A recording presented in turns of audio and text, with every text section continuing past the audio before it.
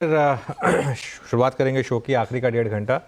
हर्षदा वीरू और मैं रहेंगे आपके साथ। और मार्केट्स के लिए आज काफ़ी ख़राब दिन, इनफैक्ट आज एक ऐसा दिन जिसमें आप कुछ पिन पॉइंट नहीं कर सकते कि इस वजह से मार्केट गिर गया। इनफैक्ट आज शुरुआत से ही मार्केट ने लगातार एक के बाद एक रेड बार्स बनाए और कोई ग्रीन बार बना ही नहीं। तो काफ़ी जैसा मैं कह रहा हूँ ख़राब दिन आज मार्केट में।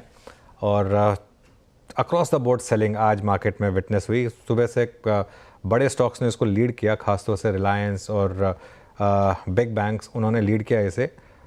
एडवांस डिक्लाइन भी काफ़ी ख़राब है, हालांकि सुबह से बेटर हुआ है, लेकिन फिर भी थोड़ा सा मार्केट में प्रेशर आज सुबह से था। और बैंक निफ्टी में ख़ास तौर से करीब करीब 800 पॉइंट की गिरावट। ख़राब दिन अब तक। Harshada Veeru, good afternoon. Anuj, good afternoon बोलने का मन ही नहीं कर रहा है क्योंकि इस आफ्टरनून में कुछ अच्छा है नहीं अनलेस आखिरी 1.5 घंटे में रिकवरी आए। लेकिन जिस तरह से और जिस तेजी से मार्केट में कट देखने को मिल रहे हैं, आपने कहा ऐसे कोई बड़ा कारण दिख नहीं रहा है, लेकिन अगर डॉट्स ज्वाइन करने की कोशिश करें, कुछ सेंस बन रहा है कि इतनी बिकवाली की वजह क्या होनी चाहिए? हम ओवरबॉट थे, बहुत ज्यादा भाग गए इसीलिए गिरावट आई है, या फिर कुछ और है? देखिए मार्केट आज गिरा तो है। अगर मार्केट गिरा है तो मार्केट के गिरने के कुछ कारण भी रहे होंगे। कई बार मार्केट को हो सकता है कि सिर्फ एक एक्सक्यूज़ चाहिए हो, उस वजह से मार्केट गिर जाए। तो ये भी एक कारण, मतलब एक ओवरबॉट मार्केट भी एक कारण हो सकता है जिसकी वजह से मार्केट में शायद एक डिक्लाइन आए। तो मार्केट के गिरने के 3 कारण जो मैंने समझे हैं, या 3 एक्सक्यूजेस जो मैं समझ पा रहा हूँ, उस पर आते हैं। आई थिंक सबसे इम्पॉर्टेंट है मार्केट के गिरने का जो कारण है उसमें सेबी की बोर्ड बैठक से पहले का थोड़ा डर। आई थिंक डर होना चाहिए कभी कभी, और ये डर इस चीज़ का है कि कहीं F&O पर और कर्व तो नहीं आने वाले, कहीं मार्जिन रिक्वायरमेंट तो नहीं बढ़ने वाली, कहीं वीकली एक्सपायरीज की जो नंबर है वो तो नहीं कम होने वाली। तो ये सबसे बड़ा कारण है, क्योंकि देखिए हमारी मार्केट ने ख़राब ग्लोबल क्यूज़ पहले भी फेस करे थे और आज भी ग्लोबल क्यूज़ कोई बहुत ज़्यादा ख़राब नहीं थे, सिर्फ एक मार्केट से वीकनेस थी। तो इसके लिए सबसे बड़ा कारण जो है वो है सेबी बोर्ड बैठक से पहले का थोड़ा सा डर कि कहीं यहाँ पर कुछ और मार्जिन रिक्वायरमेंट को लेकर कुछ चेंजेस ना आ जाएं।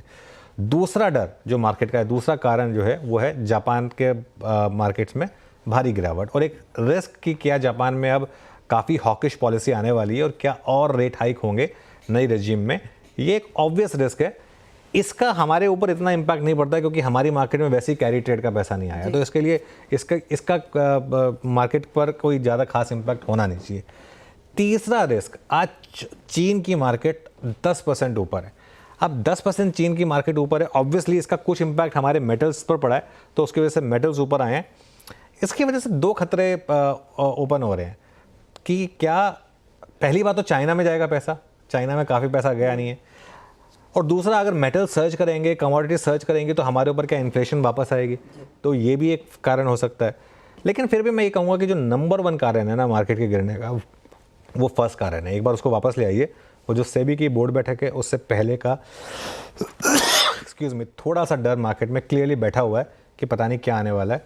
और कुछ कयास भी लगाए जा रहे हैं कि क्या 6 की एक्सपायरीज जो हैं वो 3 रह जाएंगी, क्या डेली जो एक्सपायरी हो रही थी वो थोड़ा सा हो जाएगी। प्लस मार्केट ओवरबॉट था, मार्केट को कोई ना कोई एक्सक्यूज़ चाहिए था, मार्केट को एक्सक्यूज़ मिल गया, इस वजह से भी गिर गया। तो बहाना मिल गया, बिकवाली आ गई। लेकिन सवाल अनुज यही है फिर आज के क्लोज के लिए, कंसिडरिंग आज शाम को सेबी की बोर्ड बैठक आएगी, उसके पहले आपको साफ ये रखना होगा कि हम पोजीशन कैरी करें नहीं कैरी करें। निफ्टी में अगर मंदी की हुई है, क्या उसे एक्सटेंड करके अगले दिन के लिए ले जाए, या फिर आज जो भी कमाया है शॉर्ट करके भी उसको आज के आज निपटाना है? देखिए शॉर्ट्स को तो कैरी कभी नहीं करना चाहिए मार्केट में, इस मार्केट में, क्योंकि मार्केट का ट्रेंड अभी भी बड़ा पॉजिटिव है। पहली बात तो हम 25,950 के नीचे ट्रेड कर रहे हैं, तो अब तक अगर आपका ट्रेलिंग स्टॉप नहीं लगाया और यहाँ पर बंद हो गए तो शायद वो आपको ट्रिगर हो जाएगा ट्रेलिंग स्टॉप लॉस। फिर भी आपने एक अच्छी स्विंग मार्केट की एंजॉय करी होगी। अगर आप 25,750 के नीचे बंद हो गए, आजकल हुआ है 25,824, अगर आप 25,750 के नीचे बंद हो गए तो ट्रेंड बदल जाएगा मार्केट का। तब मैं कहूँगा कि फिर मार्केट का टेक्सचर बदलेगा, बाय ऑन डिप से सेल ऑन रैली का, नियर टर्म टेक्सचर मार्केट का। जब तक आप 25,750 के ऊपर हैं तब तक ट्रेंड पॉजिटिव है, और अगर बाई चांस आप 25,950 के ऊपर बंद हुए, अगर 25,950 के ऊपर अगर आप बंद हुए तो फिर मैं कहूँगा कि ट्रेंड फिर भी इंटैक्ट है। तो 25,750 और 25,950 बेसिकली ये दो लेवल हो गए। ये थोड़ा सा गलत लिख दिया इसको, हाँ अब ठीक हुआ। 25,950 के ऊपर अगर आप बंद हो गए तो ट्रेंड ठीक है, 25,750 के नीचे बंद हो गए हर्षदा तो ट्रेंड जो है आपका वो खराब हो जाएगा। ये बेसिकली मार्केट के लिए अब ये अगले 200 पॉइंट काफ़ी क्रूशल है, मतलब 100 पॉइंट नीचे या 100 पॉइंट ऊपर, उसका पूरा गेम है। अब जहाँ तक बैंक निफ्टी की बात है, बैंक निफ्टी की वो स्विंग खत्म हो गई। फ्राइडे को ही बैंक निफ्टी ने इंडिकेशन दे दिया था, हमारी बात भी हुई थी फ्राइडे को, कि HDFC बैंक ने एक डबल टॉप का एक रिस्क बनाया है। 500 पॉइंट उस दिन बैंक निफ्टी गिरा था, आज 400 पॉइंट, आज 800 पॉइंट और गिर गया। तो जितना कमाया 3000 पॉइंट कमाए, उसमें से करीब करीब आपने 1400 पॉइंट 2 दिन में दे दिए वापस। तो ये एक क्लियरली बैंक निफ्टी की स्विंग अब वो खत्म हो गई है। अब 52,500 पर अगला सपोर्ट है और उसके बाद 52,000 ये भी स्क्रीन पर दिख सकता है अगर आप 52,500 के नीचे स्लिप होने लगे तो इसके लिए। तो ये एक इस समय बैंक निफ्टी पर अप्रोच रहेगी, लेकिन इसमें कोई डाउट नहीं है कि अब तक जो वन वे तेजी चली आ रही थी उस पर ब्रेक लग गया है। इवन निफ्टी में भी, बैंक निफ्टी में भी, क्योंकि बहुत टाइम के बाद मार्केट ने ना सिर्फ पिछले डे के लो को तोड़ा है बल्कि वायलेंटली तोड़ा है। और आज के केस में तो हमने एक्सपायरी वाले डे के जो लो था, थर्सडे का लो, उसको भी काफ़ी वायलेंटली तोड़ा है जो 25,998 पर था। लेकिन अनुज, हम मंदी में अभी भी नहीं आए हैं, अभी भी हम उस ट्रेंडिंग तेजी वाले मार्केट में हैं और एक करेक्शन देखा है। मैं एक चीज़ नोट करूंगा, आज अगर सेबी की बोर्ड मीट में कोई बहुत ज़्यादा नेगेटिव नहीं आता है और ग्लोबल क्यूज अगर ठीक ठाक रहे, मंडे को अगर उसके बाद मार्केट नहीं टिक पाया तो मंदी की ट्रेड ओपन होगी। मंडे से पहले मंदी की ट्रेड नहीं ओपन हो रही। मंदी की ट्रेड अगर ओपन होगी तो सिर्फ मंडे को ही होगी। वीकेंड, सॉरी मंडे बार निकल रहा है मेरे मुंह से, कल होगी। अगर आज रात को अगर यूएस मार्केट भी ठीक ठाक रहा और आज शाम को भी अगर सेबी की बोर्ड मीट से कुछ बहुत ज़्यादा नेगेटिव नहीं आया तो कल अगर हम कल गैप अप में स्लिप हो गए और आज का लो तोड़ने लगे तब मंदी की ट्रेड ओपन होगी। तब तक मंदी की ट्रेड ओपन नहीं होगी, या फिर आप 25,750 के नीचे फिसल जाएं। 25,750 के नीचे फिसल गए तो मंदी की ट्रेड ओपन होगी। तो उससे तो फिलहाल हम दूर ही हैं, 25,859 के लेवल्स पर इस समय ट्रेड देखने को मिल रहा है। वीरू नमस्कार। नमस्कार हर्षदा, गुड आफ्टरनून। देखिए अभी डिसाइसिव कुछ नहीं है और अमूमन होता यह था कि जब टर्बुलेंस होती थी तो एफएमसीजी काउंटर्स से एक मूव लेते थे, लीड लेते थे। आज अभी तक एज पर डेटा शायद मैं उतना स्ट्रॉन्ग स्विंग एफएमसीजी में भी नहीं दिख रहा हूँ। अगर आप निफ्टी एफएमसीजी इंडेक्स को देखेंगे तो वहाँ भी कोई बहुत शार्प स्विंग नहीं है। कंप्लीट अगर आप देखिए टेक ओवर एफएमसीजी स्टॉक्स ने भी नहीं किया है। तो मैं सिर्फ एक दो स्टॉक्स को मार्क करूँगा जहाँ पे Harshada I think bank Nifty नहीं है, जहाँ पे निफ्टी आईटी नहीं है, जहाँ पे इवन एफएमसीजी भी नहीं है। दो स्टॉक्स बस, और वो एंटायरली अगर आप देखें डायग्नोस्टिक स्पेस से आते हैं। पहला रखिएगा मेट्रोपोलिस, 2200 पर ट्रेड करता हुआ आपकी स्क्रीन पे डे हाई पर है और ये स्टॉक अब ऑलमोस्ट मई 2022 के बाद अब तक के सबसे हाईएस्ट लेवल पे। आप ओआई एडिशंस को देखिए दोनों ही स्टॉक्स में, इनफैक्ट मेट्रोपोलिस में ओआई शेड हुआ है, बहुत बड़ा शेड नहीं हुआ है लेकिन एज पे स्टॉक, एक इस पे नज़र रखिएगा। और दूसरा इसी स्पेस का डॉक्टर लाल पैथलैब स्क्रीन पे आएगा। इट्स आई थिंक 1% ऊपर है, करीब करीब 3311 पे। आज ये भी एक पुल बैक जनरेट करता हुआ इस वक्त 50 डे एक्सपोनेंशियल मूविंग एवरेज से पुल बैक देकर ऑलमोस्ट अपने 2010 को स्ट्राइक करता हुआ कंफर्टेबली। आई थिंक मैं इन दो स्टॉक्स का नाम ले सकता हूँ। Other than I think Harshada में रेस्ट्रिक्ट करना चाहूँगा, ज़्यादा स्टॉक्स का यहाँ पे उल्लेख नहीं करूँगा। दो स्टॉक्स जो कि क्लोजिंग में स्विंग पर्सपेक्टिव से अच्छा लग रहा है हर्षदा। तो कुछ ट्रेंडिंग काउंटर्स आपकी स्क्रीन पर लेकर आएंगे और देखिए आज ट्रेंड जो नेगेटिव हो चला है, कई ऐसे स्टॉक्स हैं जो बिखर रहे हैं, टूट रहे हैं, कोलैप्स कर रहे हैं। और मंदी वाले स्टॉक्स में आप गौर करिएगा, दिग्गजों में हमने देखा है वो बड़े कट्स देखने को मिले हैं। तो हीरो मोटोकॉर्प 4% नीचे, रिलायंस जैसा दिग्गज 2.5% के नुकसान पर, एक्सिस बैंक, बजाज ऑटो 2.5% का नुकसान इधर भी बना है। दूसरी तरफ अगर आप गौर करिएगा तो टीवीएस मोटर भी 4% नीचे, इंडियन होटल्स 3.5% का नुकसान। ट्रेंड आज ही निफ्टी का हिस्सा बना, आज ही 4% का नॉक ले लिया। और HDFC AMC में भी हम देख रहे हैं वो करीब 2-2.5% तक का प्रेशर आज बन रहा है। हालांकि कुछ सपोर्ट के लिए मेटल कंपनियां सामने आई हैं, JSW, टाटा स्टील जैसे काउंटर्स। इनफैक्ट NMDC एक बड़ा तेजी का खिलाड़ी है आज, NTPC, ब्रिटानिया जैसे स्टॉक्स है जहां पर कुछ खरीदारी के अंश देखने को मिले हैं। मिड कैप साइड पर भी हमने देखा आज प्रेशर है, लेकिन मिड कैप्स इतने नहीं टूटे हैं जितना शायद आपका निफ्टी बैंक। NMDC जैसे मैंने मेंशन किया वो 4% ऊपर, गेल में 2% के गेंस, टाटा केमिकल और नैल्को ये दूसरे काउंटर्स हैं। तो सबके बीच, आज की पूरी बिकवाली के बीच एक चीज़ साफ है कि मेटल कंपनियां, जैसे हम पहले भी मेंशन कर रहे थे अभी, उनमें तेज़ी बनी हुई है। अब क्या ट्रेड लेना है इस तरह के एनवायरनमेंट में, हमारा पैनल आपकी मदद करेगा। SMI FS के शरद अवस्थी है। फंडामेंटल्स के लिए टेक्निकल कॉल्स पर हम बात करेंगे प्रकाश काबा, मानस जायसवाल, राजेश पालविया, शिल्पा राउत, शिवांगी सारदा और अमित सेठ से 2:15 बजे फिर मनीषा को जोड़ेंगे। मेटल्स में जो तेज़ी बनी है, चीन में जिस तरह का स्टिमुलस बनता दिखाई दे रहा है, ये तेज़ी कितनी लंबी चलेगी, क्या आगे के लिए इंक्लिनेशन रहेगा, उस सब पर होगी बातचीत माई कमोडिटीज एडिटर के साथ। 220 पर एनमी के प्रेसिडेंट विनोद गोयल हमसे रूबरू होंगे। उनसे ऑफ कोर्स एनएसई में ट्रांजैक्शन स्ट्रक्चर में जो बदलाव हो रहा है एनएसई बीएसई दोनों में, उस पर, और सेबी की बोर्ड बैठक में क्या निकल कर खास आएगा, उस पर भी बातचीत होगी। 2:30 बजे यतिन आपको बताएंगे कि सितंबर की ऑटो बिक्री के आंकड़ों से क्या उम्मीद की जाए। साथ ही यतिन आपको बताएंगे कि सेबी बोर्ड बैठक में आज के एजेंडा में क्या कुछ है। 2:45 पर असीम आपको ये बताने वाला है कि एक अक्टूबर से हमारी ज़िंदगी कितनी बदलेगी, क्या क्या बदलने वाला है। 2:50 पर मार्केट बिग वॉइस में डीआर चोकसी फिनसर्व के एमडी देवेंद्र चोकसी, और फिर डीलिंग रूम का जायजा, बीटीएसटी एसटीबीटी ट्रेड्स, क्लोजिंग की रणनीति और क्लोज की तरफ बढ़ेंगे।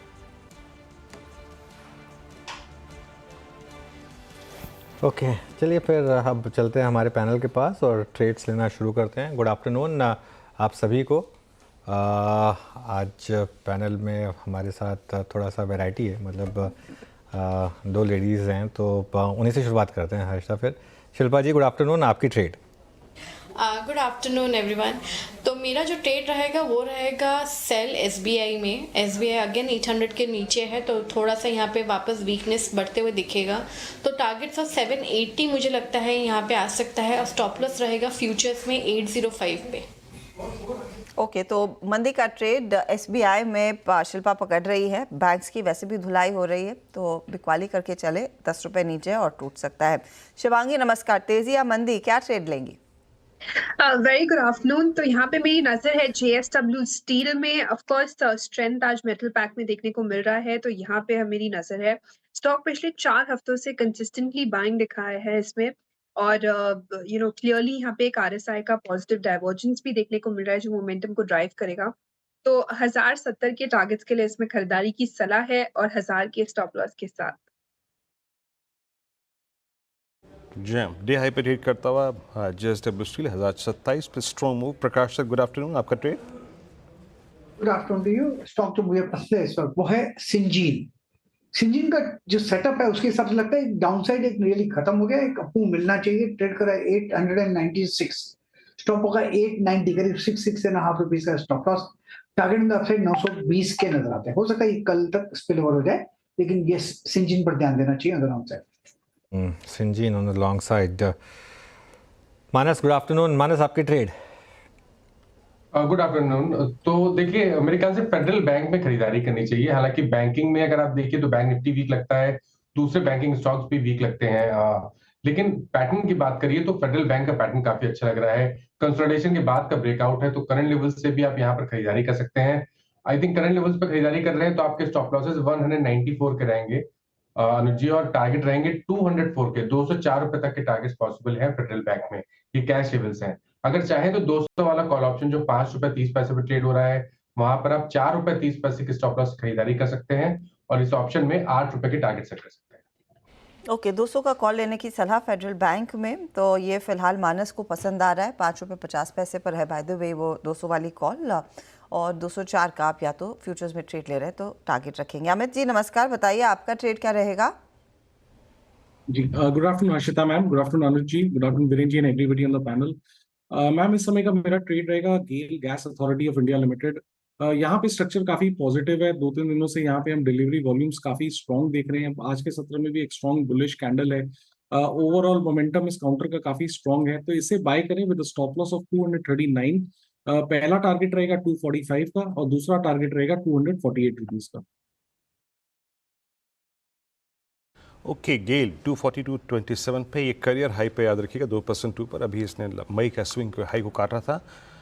शरद अवस्थी जी अब इस कार्यक्रम में मौजूद हैं, फंडामेंटल विशेषज्ञ हैं इस कार्यक्रम में। शरद जी, गुड आफ्टरनून। आज आपने इस गिरावट की मैपिंग कैसे की? मेटल्स बहुत स्ट्रॉन्ग मूव दे रहे हैं इस आज के पूरे फॉल में, बाकी लार्ज कैप्स बैकफुट पे, आपने क्या पिक किया? कैसे रीड कर रहे हैं आज की इस गिरावट को आप?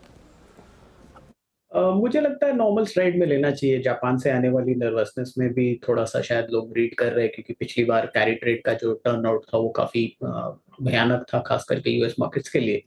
और एक पर्टिकुलर पॉइंट के बियॉन्ड अगर कोई भी बड़ी मार्केट जो लीडिंग मार्केट है वो कोलैप्स की तरफ थोड़ा भी मूव करती है तो बाकी मार्केट्स भी ऑब्वियसली उसको फॉलो करते हैं। तो मेरे हिसाब से ये प्रीएम्प्टिव कॉल है कि मोस्ट प्रोबेबली जापान में जो रेट मूवमेंट होगा उससे बहुत बड़ा कुछ निगेटिव हो सकता है और शॉर्ट टर्म में हो सकता है कि सेबी की मीटिंग से भी बहुत कुछ अंदाजा लगाया जा रहा हो, बट मुझे लगता नहीं कि वहां से कुछ ऐसा निकल के आएगा। और जापान वाला मूव भी शॉर्ट लिव्ड होना चाहिए क्योंकि हिस्टोरिकली जापान को इजीली यूएस मोर और लेस अपने रूट पे ले आता है। तो मुझे नहीं लगता कि बहुत सस्टेन्ड प्रॉब्लम होनी चाहिए, बट मेरे हिसाब से जो बाजार में डर है वो उसको प्रीएम्प्ट करते हुए ये मूवमेंट है। जहाँ तक स्टॉक पिक का सवाल है, आज हम जो स्टॉक रिकमेंड कर रहे हैं वो है LIC ऑफ इंडिया, देश की जानी मानी सबसे बड़ी इंश्योरेंस कंपनी। इवन ग्लोबली भी अगर आप देखें तो टॉप कंपनीज में शुमार है। मिल ग्रॉस रिटर्न प्रीमियम के हिसाब से थर्ड लार्जेस्ट और AUM के हिसाब से इंडिया की लार्जेस्ट लगभग 52 लाख करोड़ के आसपास की AUM है कंपनी की।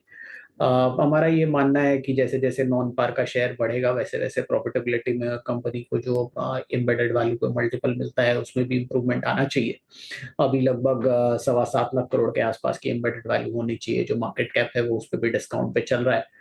ज्यादातर प्राइवेट कंपनीज 2.5, 3, 3.5, 2.5 से 3 के आसपास के एम्बेडेड वैल्यू पे ट्रेड कर रहे हैं। तो मुझे लगता है LIC में भी ये गुंजाइश है कि जैसे जैसे नॉन पार का शेयर बढ़ता है, जो पिछले कुछ समय में 10% से बढ़कर लगभग 22-24% के आसपास आ गया है, तो मुझे लगता है जैसे जैसे ये इम्प्रूवमेंट नंबर्स में दिखता है वैसे वैसे काफी जो मल्टीपल इनको मिलता है उसमें भी इम्प्रूवमेंट आना चाहिए। मार्केट शेयर वगैरह स्ट्रॉन्ग है, अभी भी डोमिनेंट पोजिशनिंग है, 65-66% मार्केट शेयर है और मेरे हिसाब से एवरेज में आप उम्मीद कर सकते हैं कि 1.3-1.5 के आसपास का एम्बेडेड वैल्यू पे स्टॉक ट्रेड कर सकता है। तो 1400-1450 रुपए के इनिशियल टारगेट्स के साथ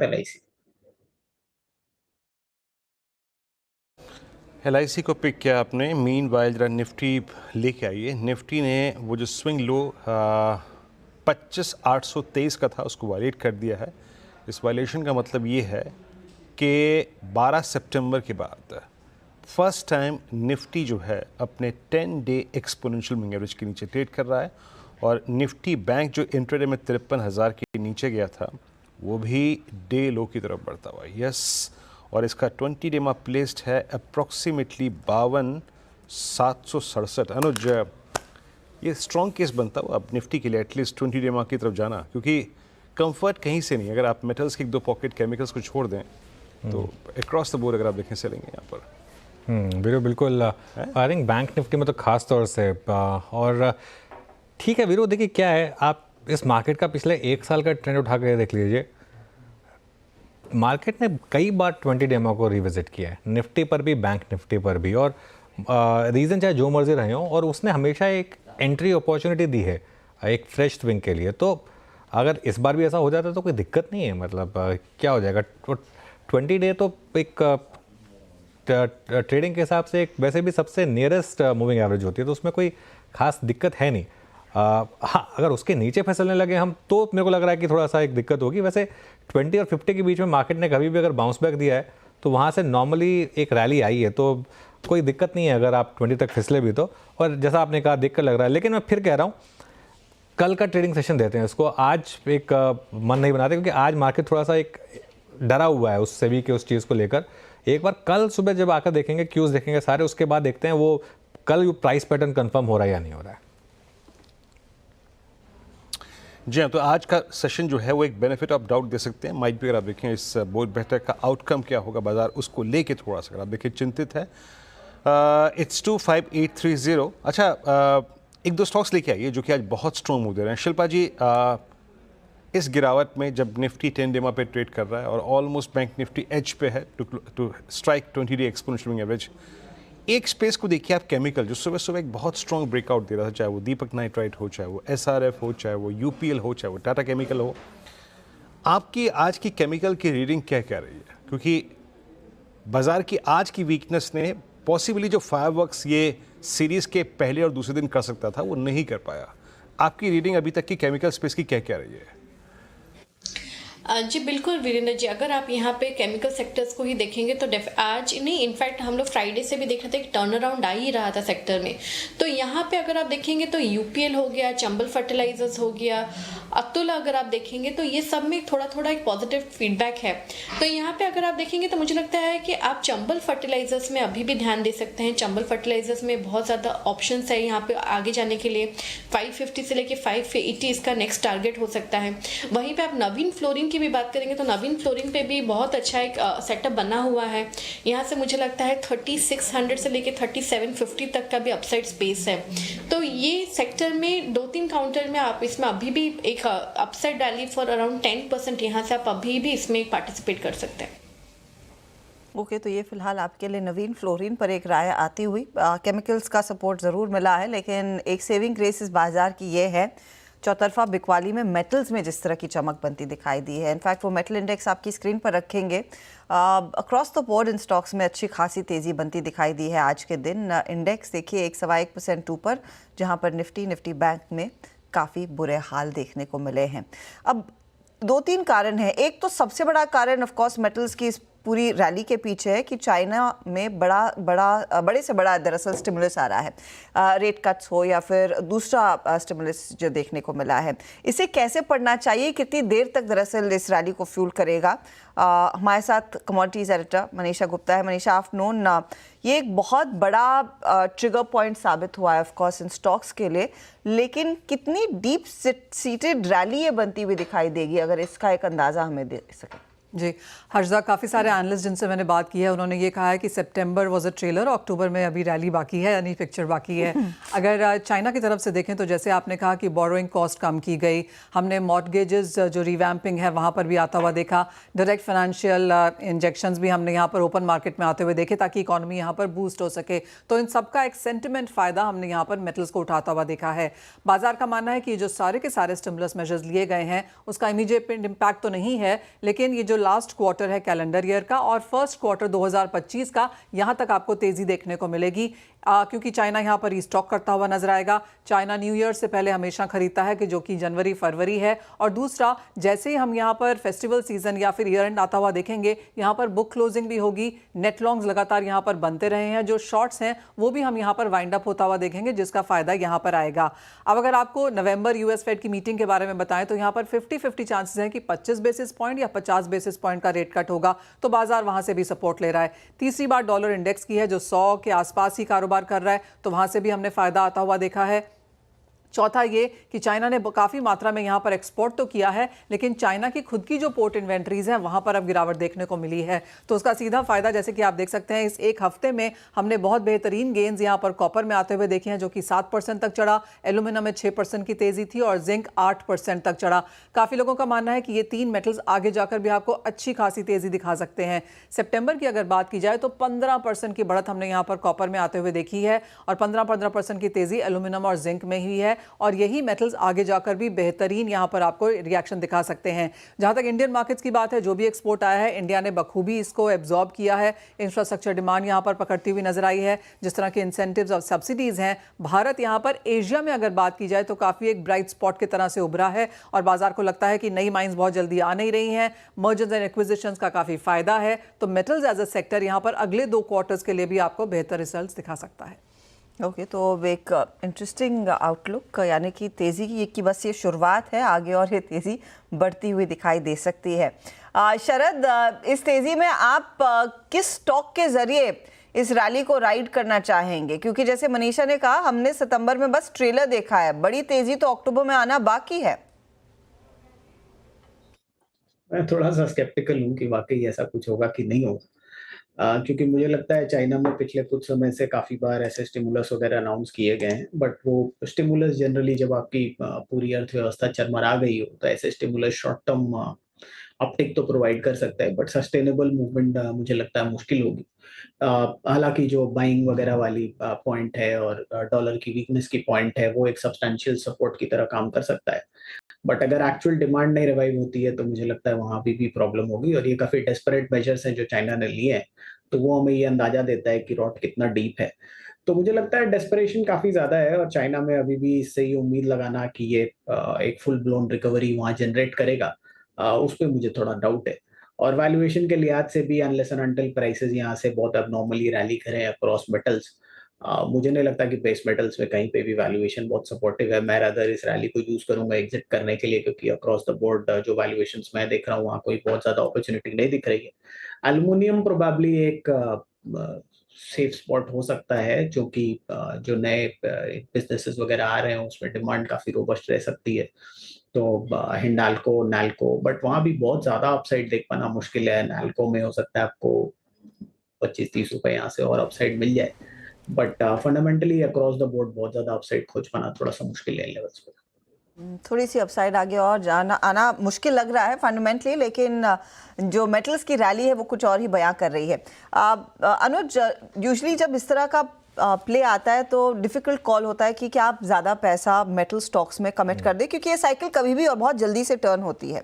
क्या ETF एक जरिया रह सकता है? क्या एक सेफ प्ले रहेगा? 100% हर्षदा, और ये भी मैंने पिछले हफ्ते अर्निंग चैनल पे कहा भी था कि अब आप एक बास्केट बनाएं। अब आप बास्केट नहीं बना सकते तो ETF in case of metals वो ETF है भी।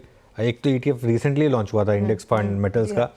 तो इसमें क्या होगा हर्षदा, आप देखिए, आप कह सकते हैं कि बड़ी ट्रेड तो निकल चुकी है यहाँ पे, एक हफ्ते में ऑलरेडी इतने बड़े मूव्स आ चुके हैं मेटल्स इंडेक्स में। इनफैक्ट एक बार मेटल्स इंडेक्स का 1 वीक का चार्ट रख देते हैं। लेकिन मेटल्स में क्या होता है ना, अच्छा मैं इस बात से सहमत हूँ शरद की कि चाइना ने ऐसे स्टिमुलस मेजर्स पहले भी उठाए हैं। पहले वाले स्टिमुलस मेजर्स और इस वाले स्टिमुलस मेजर में फ़र्क पता क्या है? पहले मार्केट शायद सीरियस नहीं था उस चीज़ को लेकर, कि मतलब मार्केट को लगता था कि शायद चाइना सीरियस नहीं है, और रैली टिकती नहीं थी। आज शंघाई 10% ऊपर है। बाय द वे, कई लोग हैंग सेंग का ETF लेते हैं, वो ETF बहुत महंगा है, वो काफ़ी बड़ा प्रीमियम है उसका उसकी NAV के ऊपर, तो वो शायद एक सही अप्रोच नहीं हो। लेकिन अगर आप चाहें तो मेटल्स की जो बास्केट है, अब इसमें आपको करना क्या है, जो मैं सुबह भी अप्रोच बता रहा था वो बताता हूँ आपको।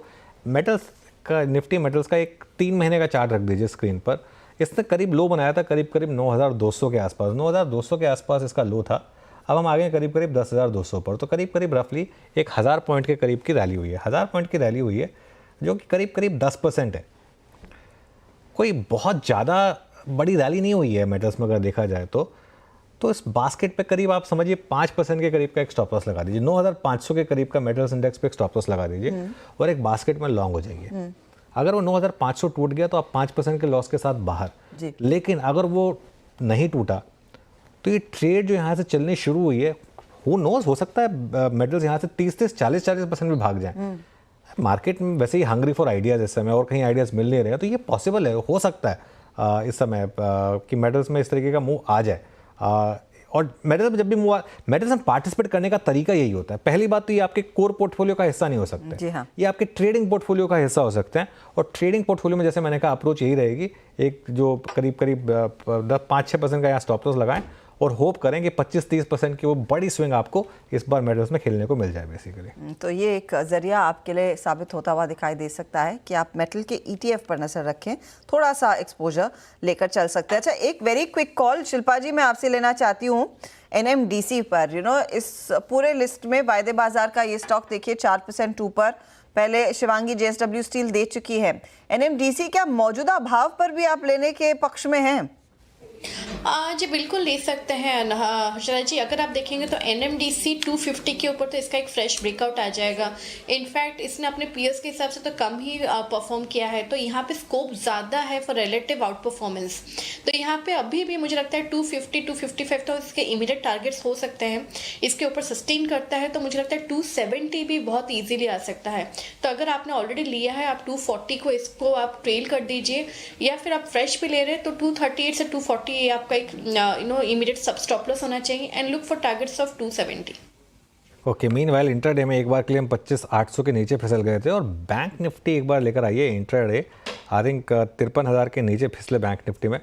और ये करीब सुबह भी फिसले थे वैसे तो, लेकिन 52,954 का लो था। अब अगर ये लो टूटा तो और मेरे ख्याल से 200-250 पॉइंट बैंक निफ्टी में ओपन हो जाएंगे शायद। और काफ़ी ख़राब दिन इस समय मार्केट के लिए। चलिए अब कुछ चेंजेस जो एप्लीकेबल होंगे 1 अक्टूबर से, यानी कल से एक्सचेंजों की ट्रांजैक्शन फ़ीस में बड़ा बदलाव होने वाला है। कल से ट्रांजैक्शन फ़ीस का नया फ्रेमवर्क लागू होगा। सेबी नियमों के मुताबिक अब बैंड के बजाय फिक्स रेट से चार्ज लगेगा।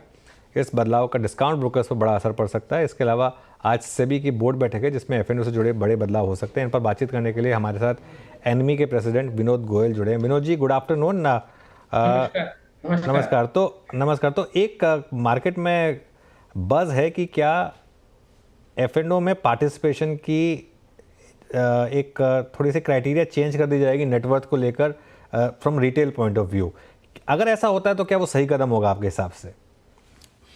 ये अभी तक तो र्यूमर है। आज सेबी की बोर्ड मीटिंग है, उसमें एजेंडा में जो सुबह दिखा रहे थे आप लोग टीवी में, उसमें एजेंडा में आज का ये पॉइंट इंक्लूडेड नहीं है।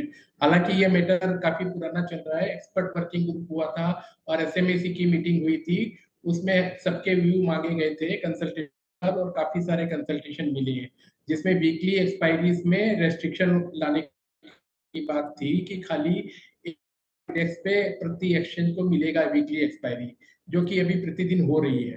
तो सारा दारोमदार वहीं पर है। अगर वो एक्सपायरी चालू रहती है और जो आप बता रहे हैं वो अगर खबर सही है कि नेटवर्थ या इनकम क्राइटेरिया से इन निवेशकों को इसमें अलाउ करेंगे, तो वो एक अलग बात है। अगर सारी वीकली चालू रहती है तो फिर तो जो से मुझे नहीं लगता कि डिस्काउंट ब्रोकरेज पे कोई फर्क पड़ेगा, क्योंकि उन्होंने जो क्लाइंटेल डेवलप कर लिया है वो उनका वॉल्यूम या उसमें कोई बहुत बड़ा फर्क पड़ने वाला नहीं है। जो मेन फर्क था कि भाई फ्यूचर एंड ऑप्शन में हाईएस्ट टर्नओवर पे जाके उन लोगों को करीबन 1800 रुपया प्रति करोड़ का फायदा मिल रहा था ट्रांजैक्शन चार्जेस पे, जो कि 3250 नॉर्मल हो रहा था और 5000 नॉर्मल था, और 3200 के करीब इन लोगों को, बड़े ब्रोकर्स को, हम आप कहते हैं डिस्काउंट ब्रोकर्स, उनको लग रहा था। उसमें ये था कि भाई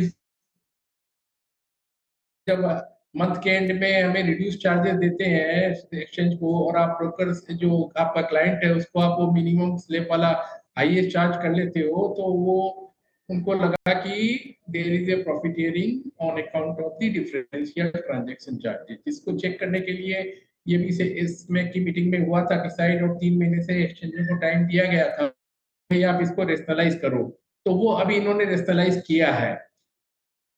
चार्ट है मेरे पास, लेकिन वो काफी लंबा चौड़ा है, पढ़ने में मेरे ख्याल से समय लग जाएगा। मैं आपको शेयर कर दूंगा, तो आप बाद में उसको टेबल प्रेजेंट कर दीजिएगा। तो इसमें ऐसा है ना कि वो मैं समझ गया, नहीं बिल्कुल मैं बात समझ गया आपकी। नहीं, मेरा पॉइंट ऑफ व्यू सिर्फ डिस्काउंट ब्रोकर्स के हिसाब से नहीं था, मेरा पॉइंट ऑफ व्यू थोड़ा ओवरऑल मार्केट के हेल्थ को लेकर या डायनामिक्स को लेकर था, क्योंकि सभी बार इस चीज को पॉइंट कर दिया कि 93% लोग पैसा लूज कर रहे हैं। उस पॉइंट ऑफ व्यू से था मेरा पॉइंट। हाँ, उसी करने के लिए ये बातें उठी है कि उसमें जो साफ सुथरी कार्यक्रम हुआ था, साफ सुथरी पॉइंट उन्होंने कंसल्टेशन के लिए दिए थे कि भाई upfront margin collection by all the brokers, lot size increase, and the not allowing calendar spread or intraday margin on the expiry day, ये सब साफ सुथरी कार्यक्रमों पर काफी डिटेल चर्चा हुई, हमारे इनमी भी हुई, हमारी सेबी के साथ मीटिंग्स भी हुई। विनोद जी, एनबी का एग्जैक्टली व्यू क्या था इसमें? आप लोगों ने क्या वकालत करी? लॉट साइजेस से क्या परिवर्तन किया जाना चाहिए? क्या आप इसके हक में है क्या? ये जो ट्रांजैक्शन चार्जेस, नहीं, मैं सेबी की जो बोर्ड बैठक चल रही है जिसमें महत्वपूर्ण मुद्दा है डेरिवेटिव लॉट्स, आपका मानना क्या है? आप किस पक्ष में है? नहीं, मैं तो ये कह रहा हूँ कि हमने भी प्रेजेंटेशन भी दिया है कि सब आप नेटवर्क क्राइटेरिया लाओ और इन्वेस्टर एजुकेशन करो कि जो आदमी इस चीज को समझता है वो इसमें ट्रांजैक्शन में आए। अगर कोई लॉस हो रहा है तो अज्ञानतावश हो रहा है। बात थी हमारा प्रेजेंटेशन ये था कि आप एजुकेट करिए उनको कि इसमें ये सेबी भी लोग कर रहे थे और वॉल्यूम सारा ज्यादातर एक्सपायरी के लास्ट 1 घंटे में हो रहा था। वहां जरूर कुछ ना कुछ एक्सेसिव वॉल्यूम हो रहा था, जिसको आप बोल सकते हो स्पेकुलेटिव या whatever way you call it. एक और चीज गोयल साहब जिस पर आज शाम को शायद खुलासा होगा, ये जो प्रपोजल आया था कि एक एक्सचेंज को एक ही एक्सपायरी देनी चाहिए, इसके क्या बड़े इम्प्लीकेशंस आप देखते हैं लार्जली आएंगे? क्योंकि यही बात तो मैं बता रहा हूँ कि सारा मुद्दा वही था। The very genesis of this entire discussion और rationalization was that कि there was expiry practically on every day on different indexes by every exchange. So now they are as per in principle they decided and as per the proceedings till now कि only one exchange will be allowed weekly expiry on their benchmark index, which means कि एक BSE का और एक या से 5 trading दिन हो रही थी, तो उससे तो कम होगा ही ना। जो आदमी डिसीजन नहीं ले पा रहा था या सब तरह की चीजों में हाथ डाल रहा था, उसको फर्क पड़ेगा, वो समझ के करेगा। तो इसमें कोई, मेरे को नहीं लगता कि कोई गलत कार्य है, ये तो ठीक ही है, ये मार्केट के लिए हेल्दी बनाने का कदम है। शुक्रिया हमारे लिए समय निकालने के लिए। इस चर्चा को मैं यही रोक रही हूँ क्योंकि आपकी ऑडियो भी थोड़ी टूट कर आ रही है, लेकिन आज देख लेते हैं सेबी की बोर्ड बैठक में फाइनली क्या निकल कर आता है और फिर आपसे दोबारा बातचीत भी करेंगे। शुक्रिया हमारे लिए आज समय निकालने के लिए। अच्छा, इस बीच मार्केट का हाल आपकी स्क्रीन पर रखते हैं। यहाँ पर कोई खास बदलाव हुआ ही नहीं है। 25,893 के आसपास से अब 25,806 के करीब इस समय हम ट्रेड कर रहे हैं। तो डर ये बन रहा है कि क्या हम 800 को भी तोड़ता हुआ देखेंगे। लेते हैं एक ब्रेक, लौटेंगे फटाफट। आप बने रहिए CNBC आवाज़ के साथ। ब्रेक के बाद ऑफ कोर्स 4 का चौका भी आपके लिए करेंगे हासिल।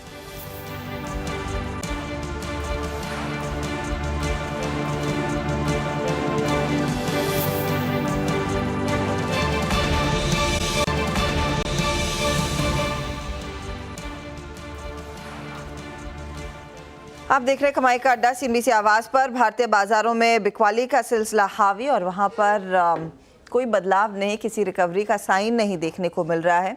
रिलायंस अब 3.25% नीचे, HDFC, ICICI ये सारे दिग्गज हैं जो बाजार को नीचे ही ड्रैग कर रहे हैं।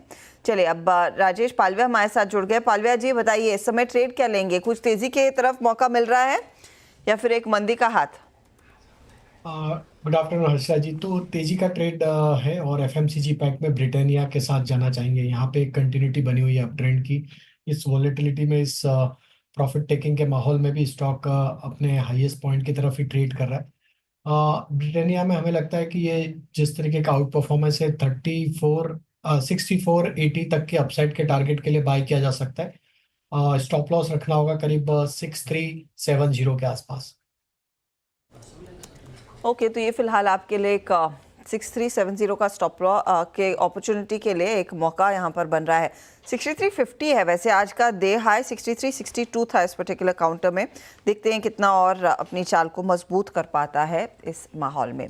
हम कुछ देर पहले अनमी के चेयरमैन से बात कर रहे थे, लेकिन अब आज की बोर्ड बैठक में एजेंडा पर एग्जैक्टली क्या क्या है, किन किन मुद्दों से पर खुलासा होता हुआ दिखाई देगा। यतिन हमारे साथ है। यतिन, एक इम्पॉर्टेंट बोर्ड बैठक सेबी ने इनफैक्ट पिछले अपनी सभी बोर्ड बैठकों के बाद बड़े अनाउंसमेंट्स किए हैं।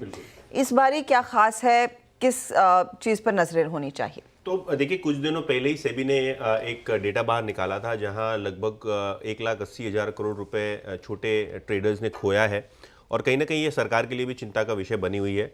हमारे सूत्रों की जानकारी के हिसाब से और जो न्यूज़ रिपोर्ट सजेस्ट कर रही है उसके हिसाब से फ्यूचर एंड ऑप्शन सेगमेंट पे सेबी कड़े कदम उठा सकती है। इसके अंदर वन एक्सचेंज वन एक्सपायरी के बारे में एक ड्राफ्ट कंसल्टेशन पेपर सेबी ने बाहर भी निकाला था।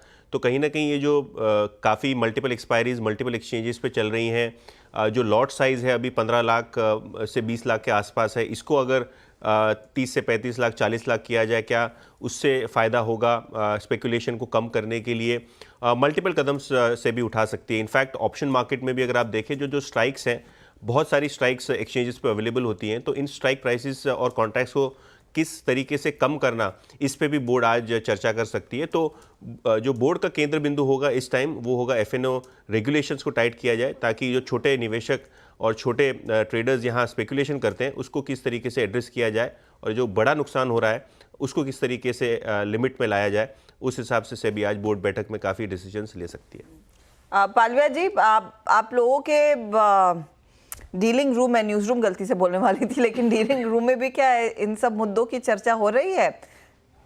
हाँ बिल्कुल, और काफ़ी कुछ कवायदे लगाए जा रही कि क्या किस तरीके के कब सेबी ला सकता है या किस तरीके के नॉर्म्स नए डिसाइड हो सकते हैं, जिसमें नेटवर्थ क्राइटेरिया की भी काफ़ी कुछ बातें सुनने में आ रही कि शायद नेटवर्थ क्राइटेरिया भी एक पैरामीटर हो सकता है जो कि रिस्ट्रिक्शन ला सकता है रिटेल क्लाइंट्स के लिए F&O में पार्टिसिपेट करने के लिए, क्योंकि अल्टीमेटली जो ये सारी चीज़ों का मेन बॉटम लाइन ये है कि रिटेल को किस तरीके से रोका जाए, जिस तरीके से रिटेल इसमें पैसा लूज कर रहे हैं, उस पे ही मेजर फोकस है, तो ये क्राइटेरिया भी हो सकता है। तो काफी कुछ डिस्कशंस चल रही है डीलिंग रूम में कि क्या पॉसिबिलिटीज बन सकती है इस आउटकम में। इस पर तो इनफैक्ट शाम तक रुकना पड़ेगा और फिर देखेंगे क्या बात निकल कर आती है। अच्छा चलिए, चार का चौका की तैयारी कर लेते हैं। आप लोग ट्रेड्स निकालना शुरू करें। शिल्पा जी, सस्ता ऑप्शन के लिए मैं आपके पास आऊंगी। राजेश जी, एफनो सुपरस्टार आप निकाल के रखिएगा। शिवांगी, आपसे मैं चार्ट का चमत्कार लेने वाली हूं। और शरद जी, प्लीज़ एक मिड कैप फंडा वाला ट्रेड आप लोग निकाल के रखें। तब तक हम ऑटो कंपनियों का भी जो डेटा पॉइंट है, जो इनफैक्ट सितंबर के बिक्री के आंकड़े कल सुबह से आना शुरू हो जाएंगे, वो पूछते हैं यतिन से। यतिन, टू व्हीलर साइड पर हम देख भी रहे थे कि अनुमान लग रहा था कि कुछ पिकअप देखने को मिला है। क्या वो बिक्री के आंकड़े ज्यादा बेहतर रहेंगे अब की बार? तो हर्षदा, होता क्या है ना कि जब भी नवरात्रि शुरू होती है तभी होलसेल नंबर्स जो है ऑटो कंपनीज के बढ़ जाते हैं, क्योंकि डीलरशिप्स में वो स्टॉकिंग करना शुरू कर देते हैं। तो कहीं ना कहीं ये जो सितंबर का महीना है वो होलसेल के लिए काफ़ी अच्छा रह सकता है, खास करके टू व्हीलर सेगमेंट में। और पिछले 2-3 महीने का अगर हम डेटा देखें टू व्हीलर सेगमेंट का, तो एक अच्छी डबल डिजिट ग्रोथ देखने को मिल रही है स्कूटर सेगमेंट में, टू व्हीलर सेगमेंट में। और बहुत सारी नई लॉन्चेस भी हैं, जिसके कारण आप एक डबल डिजिट एक्सपेक्ट कर सकते हैं टू व्हीलर में ग्रोथ। हालांकि जो गणपति का और जो साउथ में पोंगल का फेस्टिव सीजन था वो काफ़ी फीका रहा है फोर व्हीलर स्पेस के लिए। एसयूवी सेगमेंट छोड़ के अगर आप छोटी कार की बात करें तो इतना रिस्पॉन्स नहीं मिला इस सीजन में, ऐसा ब्रोकरेजेस का मानना है। हालांकि ट्रैक्टर्स क्योंकि एक बेस बड़ा है उसके बावजूद अच्छी ग्रोथ रहेगी, क्योंकि रेनफॉल काफ़ी नॉर्मल हुआ है देश में। तो ट्रैक्टर सेगमेंट और टू व्हीलर सेगमेंट यहाँ अच्छा होगा, लेकिन फोर व्हीलर सेगमेंट एक छोटी ग्रोथ, और कमर्शियल व्हीकल सेगमेंट और ट्रक सेगमेंट स्ट्रगल कर रहा है। वहाँ आप 10 से 12% का डिक्लाइन एक्सपेक्ट कर सकते हैं वॉल्यूम्स में। तो कमर्शियल व्हीकल्स थोड़ी सी स्ट्रगल करती हुई दिखाई दे सकती है, लेकिन टू व्हीलर और ट्रैक्टर साइड पर कुछ पिकअप के आसार ज़रूर है। ट्रैक्टर बिजनेस में अमित, आयशर ये आपका एस्कॉर्ट्स कैसे प्लेस्ड है? आयशर का तो ऑफकोर्स ट्रैक्टर का बहुत छोटा सा बिजनेस है, लेकिन एस्कॉर्ट्स, क्योंकि बीच में यहाँ पर थोड़ी सी सुगबुगाहट तेज़ी की बन रही थी, आज फिर से कुछ हल्की बिकवाली के दबाव में है। 4200 के आसपास कुछ मौका है स्टॉक को लेने का? जी मैम, अगर ओवरऑल अगर हम स्ट्रक्चर देखें, थोड़ा मार्केट को साइड रखें, तो स्ट्रक्चर एस्कॉर्ट्स का काफी पॉजिटिव है। ये जो 2% का फॉल है, I think it is more of a profit booking. Stock अपने की मूविंग एवरेजेस के ऊपर है, थोड़ा सा 10 डेमा के ऊपर ट्रेड कर रहा है। अगर 1 से 2 दिनों के फॉल में, मार्केट के फॉल में ये लगभग हमें 4150 के लेवल में 2% नीचे मिले तो रिस्क रिवॉर्ड बहुत फेवरेबल हो जाएगा। सो बाय ऑन पुल बैक की स्ट्रैटेजी यहाँ पे अप्लाई करनी चाहिए। अगर 4150 4170 पे मिले तो बाय करें with a stop loss of 4100 and targets of 4500। Okay, तो चलिए ये इस समय ऑटो कंपनियों पर एक अभी काम करते हैं। चार का चौका ले लेते हैं। एक्चुअली यतिन ने वो नंबर्स नहीं बताए, तो बेसिक क्रक्स बता रहे थे। ओके, तो कुछ नया और कुछ बड़ा आ सकता है क्या? हाँ, तो देखिए कमर्शियल व्हीकल सेगमेंट में अशोक लेलैंड, टाटा मोटर्स, ये दोनों ही प्लेयर्स में ईयर ऑन ईयर बेसिस पे डिक्लाइन आपको देखने को मिलेगी। अशोक लेलैंड की बिक्री लगभग 16,700 यूनिट्स रहेगी, 13% का डिक्लाइन दिखेगा। मारुति और M&M ऑटोमोटिव सेगमेंट, नई लॉन्चेस की कमी थी इस सीजन में, तो एक्सपेक्ट कीजिए 5 से 7% के आसपास का ग्रोथ दोनों मारुति और M&M ऑटोमोटिव सेगमेंट के लिए रहे। हालांकि M&M और ट्रैक्टर बिजनेस में 2 से 5% की आप ग्रोथ एक्सपेक्ट कर सकते हैं। बेस हाई है, लेकिन उसके बावजूद ग्रोथ दिखेगी क्योंकि मॉनसून अच्छे हैं। और जैसे कि मैं कह रहा था पहले कि टू व्हीलर सेगमेंट काफ़ी शानदार रहने वाला है, तो बजाज ऑटो हो, हीरो मोटोकॉर्प हो या TVS मोटर्स हो, एक्सपेक्ट करिए 15 से 20% की ग्रोथ यहाँ दिखे। खास करके बजाज ऑटो लगभग 4.5 लाख यूनिट्स की बिक्री का अनुमान है, और TVS मोटर्स भी लगभग 4.25 लाख यूनिट्स यहाँ सितंबर के महीने का एस्टिमेट बता रहा है। ओके, तो चलिए ये इस समय कुछ एस्टिमेट्स। शरद जी, TVS मोटर यहाँ पर क्या भी होगा, क्योंकि लगातार आउट परफॉर्मिंग स्टॉक रहा है ये? शरद जी, सॉरी आप म्यूट पर हैं शायद। वैल्यूएशन वाइज तो हमें नहीं लगता कि बहुत ज्यादा अपसाइड आनी चाहिए, लेकिन नंबर्स के हिसाब से हाँ, टू व्हीलर्स के नंबर हमारे हिसाब से भी ठीक रहेंगे। बजाज और TVS के नंबर शायद सबसे बेटर रहे, 10-11% जैसी ग्रोथ है।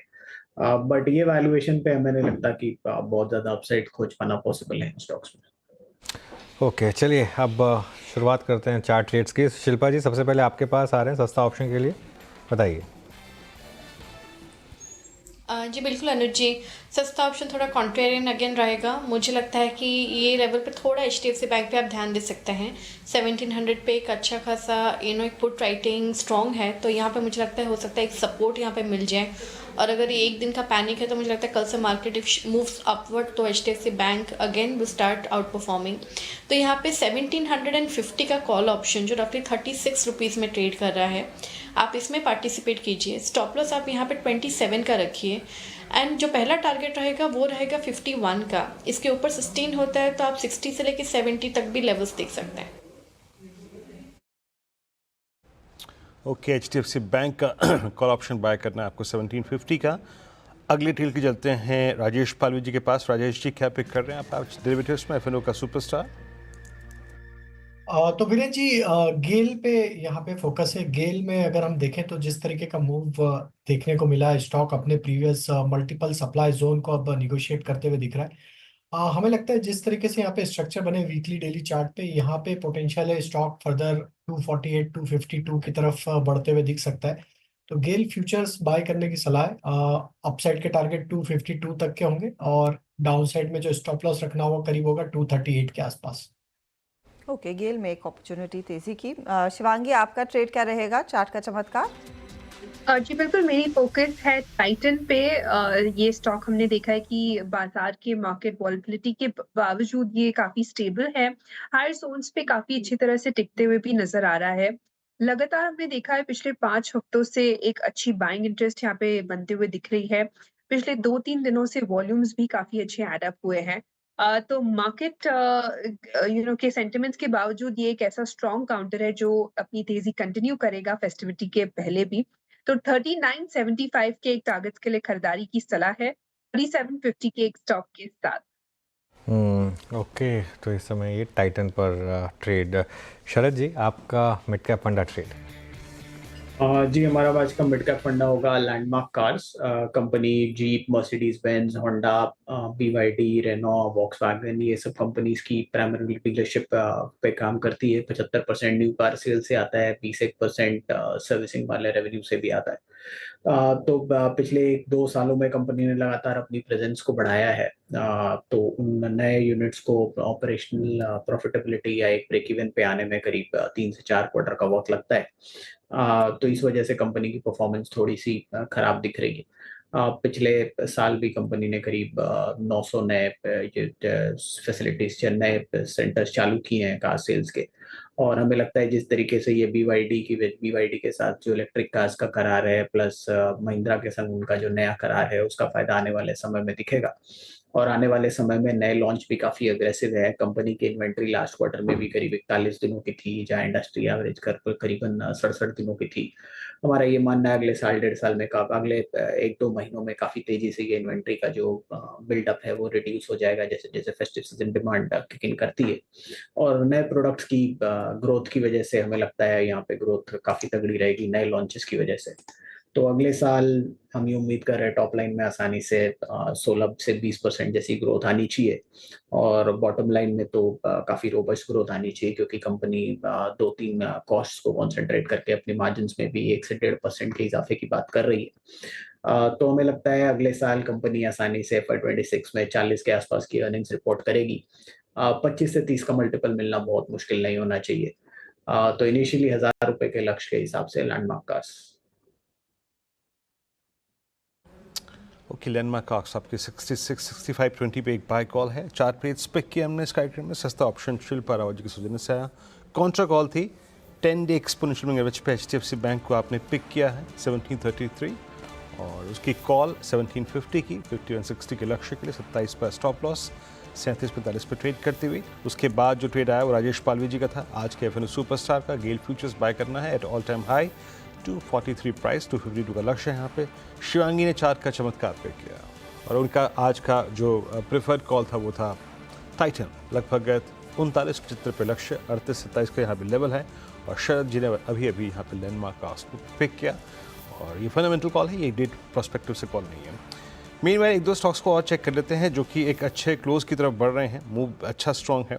सिंजन प्रकाश सर ने पिक किया था 1.5% ऊपर, अब डे हाई की ट्रैजेक्टरी में है। एक बार एक स्टॉक और लेके आई। आई थिंक आज प्लेसमेंट उसकी स्ट्रॉन्ग थी, अच्छे क्लोज की तरफ बढ़ रहा है। और ये सुबह मेरे ख्याल से चंदन ने पिक भी किया था 38-37 पे।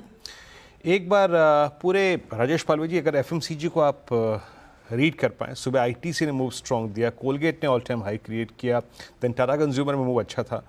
अभी कोई पोजीशन आपको जिस पे कन्विक्शन एक्सेस सिक्योरिटीज़ का अच्छा बन रहा हो एफएमसीजी में? तो बिल्कुल वीरेन जी, ब्रिटानिया तो यहाँ पे हमारी प्रेफर्ड चॉइस है, और उसके बाद अगर हमें एफएमसीजी में दूसरा स्टॉक पसंद आ रहा है वो है कोलगेट पामोलिव। ये दो स्टॉक एक अच्छे पोजीशनड है, और जिस तरीके का आउट परफॉर्मेंस इन दोनों स्टॉक्स में एफएमसीजी पैक में बना हुआ है, हमें लगता है यहाँ पे ये दोनों स्टॉक्स में कंटिन्यूटी देखने को मिल सकती फर्दर। जैसे ही मार्केट स्टेबलाइज होंगे, हमें लगता है कि यहाँ पे दोनों स्टॉक एक अच्छा मोमेंटम जनरेट करते हुए दिखेंगे, एंड यहाँ पे तेजी होगी। वहीं अगर हम देखें तो पीडी लाइट भी एक स्टॉक है जहाँ पे फोकस किया जा सकता है। हालांकि स्टॉक डे हाई से आज थोड़ा सा नीचे जरूर आया, लेकिन हमें लगता है कि जिस तरीके के स्ट्रक्चर ओवरऑल एक कंसोलिडेशन का ब्रेकआउट यहाँ पे जिस तरीके से बना है, हमें लगता है गोइंग फॉरवर्ड पीडी लाइट में भी एक मोमेंटम हायर साइड पे एक्सटेंड होते हुए दिख सकता है। 3460 3500 की तरफ हमें लगता है ग्रेजुअली ये स्टॉक बढ़ते हुए दिख सकता है। तो यहाँ पे भी लॉन्ग साइड का ट्रेड लिया जा सकता है 3340 के स्टॉप लॉस से। पीडी लाइट में एक मौका तेजी का इस समय बनता हुआ दिखाई दे रहा है। चलिए एक काम करते हैं, यहाँ पर आपकी 1 अक्टूबर की तैयारी भी करा देते हैं, क्योंकि हम 1 अक्टूबर इसीलिए स्पेसिफिकली मेंशन कर रहे हैं। हम सब जानते हैं कि शेयर बाजार में कई नियम बदलने वाले हैं, लेकिन इसके अलावा इनकम टैक्स से जुड़े हुए कुछ नियम, आधार कार्ड, म्यूचुअल फंड, टेलीकॉम में भी कुछ कई सारे बदलाव देखने को मिलेंगे। अब इसका क्या इम्पैक्ट आपकी ज़िंदगी, हमारी ज़िंदगी पर आएगा, असीम मनचंदा हमारे साथ अब जुड़ रहे हैं यही बताने के लिए। असीम। देखिए हर्षिता, कल से काफ़ी सारे नियम बदलने वाले हैं और इनका इम्पैक्ट सीधे सीधे आपके ऊपर ही होगा। सबसे पहले तो मैं बता दूं कि जो बीएसई और एनएसई है उन्होंने ट्रांजैक्शन फीस जो है बढ़ा दी है। पहले ये बैंड के ऊपर लगती थी, लेकिन अब ये फिक्स चार्जेस को देना पड़ेगा। इसके अलावा वित्त मंत्री ने बजट में काफ़ी सारी घोषणाएं की थी जो कि 1 अक्टूबर से लागू होने वाली है। तो काफ़ी सारी घोषणाएं, वो मैं बता दूँ कैसे इनका आपके ऊपर असर पड़ेगा। सबसे पहले तो F&O ट्रेडिंग के ऊपर SST जो लगता था वो बढ़ जाएगा। पहले जो फ्यूचर्स थे उसके ऊपर STT 0.01.2% लगता था, जो बढ़ करके 0.2% हो जाएगा। ऑप्शन के ऊपर पहले कोई भी टैक्स नहीं लगता था, STT नहीं लगता था, वो बढ़ करके अब 0.1% आपको देना पड़ेगा। इसके साथ साथ शेयर बायबैक के ऊपर भी शेयर होल्डर्स को टैक्स देना होगा। और केंद्र और राज्य सरकार के जो बॉन्ड्स हैं उनके ऊपर 10% का TDS कल से ही 1 अक्टूबर से लगेगा। इसके अलावा पहले आप जहां भी आपको पैन कार्ड के साथ साथ आधार नंबर देना होता था, उसकी जगह पर आप एनरोलमेंट नंबर दे देते थे, लेकिन अब वो देना नहीं चलेगा, अब आपको आधार नंबर देना पड़ेगा। इसके साथ ही विवाद से विश्वास की स्कीम कल से ही शुरू हो जाएगी। इनकम टैक्स के जितने भी डिस्प्यूट्स हैं उनको रेजोल्यूशन करने के लिए ये स्कीम लेकर के सरकार आई है, ये कल से लागू हो जाएगी। इसके अलावा टेलीकॉम सेक्टर में 2 बड़े बदलाव आपको देखने को मिलेंगे। अनचाही कॉल से छुटकारा दिलाने वाले नियम कल से लागू हो रहे हैं, तो हो सकता है कि आपको थोड़ा सा SMS जो आपको आते थे उनके अंदर आने वाले SMS में कमी आए, और जो कॉल ड्रॉप्स है उसकी संख्या में भी आपको कमी आती हुई कल से ही दिखाई दे सकती है। उम्मीद है क्या कहते हैं, ये कम से कम जो लास्ट विषय आपने छेड़ा ना यहाँ पे, कॉल ड्रॉप और आई थिंक अनचाहे कॉल्स, असीम इससे तो कम से कम छुटकारा मिलेगा। 1 अक्टूबर से होने वाले आपके जीवन में परिवर्तन, ये एक असीम ब्यौरा दे रहे थे। बहुत बहुत शुक्रिया असीम। अनुज, अब आते हैं निफ्टी पर। इट्स 25818 समहाउ वो 25,800 की ट्रेजेक्ट्री और बैंक निफ्टी 53,000 की ट्रेजेक्ट्री। अगर यहाँ पर भी हम क्लोज हो जाएं और इस क्लोजिंग के साथ सेबी की उस बोर्ड बैठक के आउटकम को हमें पॉसिबली देखने को मिले, तो एटलीस्ट ये भी ठीक ठाक क्लोज होगा क्या? हाँ, लेकिन अभी 3 PM फैक्टर बाकी है। अच्छा वीरू, कितनी कॉल आती हैं दिन में अनचाही वैसे? अरे मत पूछिए अनुज, मेरे ख्याल से कम अभी रात तक लगा लीजिए ना, 12 से 15 9 बजे तक, रात को 9-10 बजे तक। हाँ, 12 से 15 ज़्यादा बता रहा हूँ। बिल्कुल। तो और ऐसा नहीं है, सुबह 10 बजे दफ्तर आने पर भी, 10 बजे आने पर भी सुबह दफ्तर। बिल्कुल बिल्कुल। और सैटरडे संडे को भी आने लगी हैं। अच्छा क्या हो जाता है ना वीरू, अब कई बार सैटरडे संडे को कॉल आती है, कई बार गुस्सा ही बहुत आता है, लेकिन अब वो जो सामने बैठा है बेचारा, वो तो अपनी जॉब कर रहा है। अब हर कोई जॉब कर रहा है, उसको तो एक मैंडेट दिया है, तो उसको भी क्या कर सकते हैं। मैं तो कई बार पता दिल क्या करता है, मेरा तो दिल करता है कि अगली बार से ना मैं नोट करना शुरू कर दूं कि किस किस कंपनी की तरफ से मुझे कॉल आ रहा है, और उसके बाद उनको डालना शुरू कर दूं, पब्लिक उस पर ट्वीट करना शुरू कर दूं कि आज मुझे इस कंपनी की तरफ से अनवांटेड कॉल आया, प्लीज़ मुझे दोबारा कॉल मत करिए। 5 बार वो 3 बार या 5 बार अगर वो नहीं आया तो उस कंपनी के CEO का नंबर डाल दो ट्विटर पे कि ये लीजिए इन CEO का नंबर है, अब आप इनको फ़ोन करिए बार बार। आई थिंक तो ठीक हो जाएगा मामला। क्या कहते हो, सही स्ट्रैटेजी है ना भाई? अच्छा, ये स्ट्रैटेजी सही है अनुज, बिल्कुल। तब उन्हें दर्द मालूम चलेगा ना उन्हें। अच्छा, दिक्कत क्या है अनुज, कई बार तो खैर आप बात कर लेते हैं, आप भी बात करते होंगे, मैं भी बात कर लेता हूँ, ठीक है ना। आपने बिल्कुल सही कहा कि उसका भी जॉब है, लेकिन जब सिस्टम जनरेटेड कॉल आती है ना, सबसे ज़्यादा तकलीफ तब होती है। बिल्कुल भाई, आपने सिस्टम जनरेटेड कॉल लगा दी, आप लगे पड़े हैं। ऑटोमेटेड जो हाँ वो सबसे ज़्यादा अगर आप देखें बिल्कुल ऑटोमेटेड कॉल होते हैं। बिल्कुल। चलिए खैर, एनीवे अब आपने सिंस मार्केट का सवाल पूछा था, मैं उसको ऊपर आता हूँ। वो तो मैं थोड़ा सा डिटूर ले लिया था। देखिए वीरू, यहाँ अगर हम क्लोज हुए ना, तो ये क्लोज बैंक निफ्टी में ख़ास तौर से एक थोड़ी सी उम्मीद लेकर आएगा आपके लिए कि 53,000 को आपने बचा लिया। और जिस तरीके से HDFC बैंक भी लोअर लेवल से थोड़ा सा वापस रिकवर हुआ है, थोड़ी सी एक होप जगेगी ज़रूर, ठीक है ना। HDFC बैंक में जिस तरीके से लोअर लेवल पर रिकवरी आई थोड़ी सी, लेकिन मैं फिर भी यही कहूँगा कि आप ना कल एक बार फ्रेश स्लेट लेकर आएँ। जब हम क्लोजिंग की स्ट्रैटेजी डिस्कस करेंगे तब आएंगे डिटेल में। कल एक फ्रेश माइंड से आएँ और एक फ्रेश व्यू लें और देख लें कि क्या ये जो मार्केट गिरा आज सिर्फ ये एक एक्सक्यूज़ था या वाकई में मार्केट को डरने की ज़रूरत थी, जिस तरीके से वो सेबी के फैसले से पहले वो हो सकता है क्या। तो ये एक बार हो जाए, उसके बाद आप एक डिसाइड करें, तो वो मेरे ख्याल से ठीक रहेगा। चलिए काम करते हैं वीरो, एक ब्रेक लेना है शायद हमें, एक छोटा सा ब्रेक लेते हैं। उसके बाद देवेंद्र चौकसी तैयार है हमारे साथ, उनसे बात करेंगे।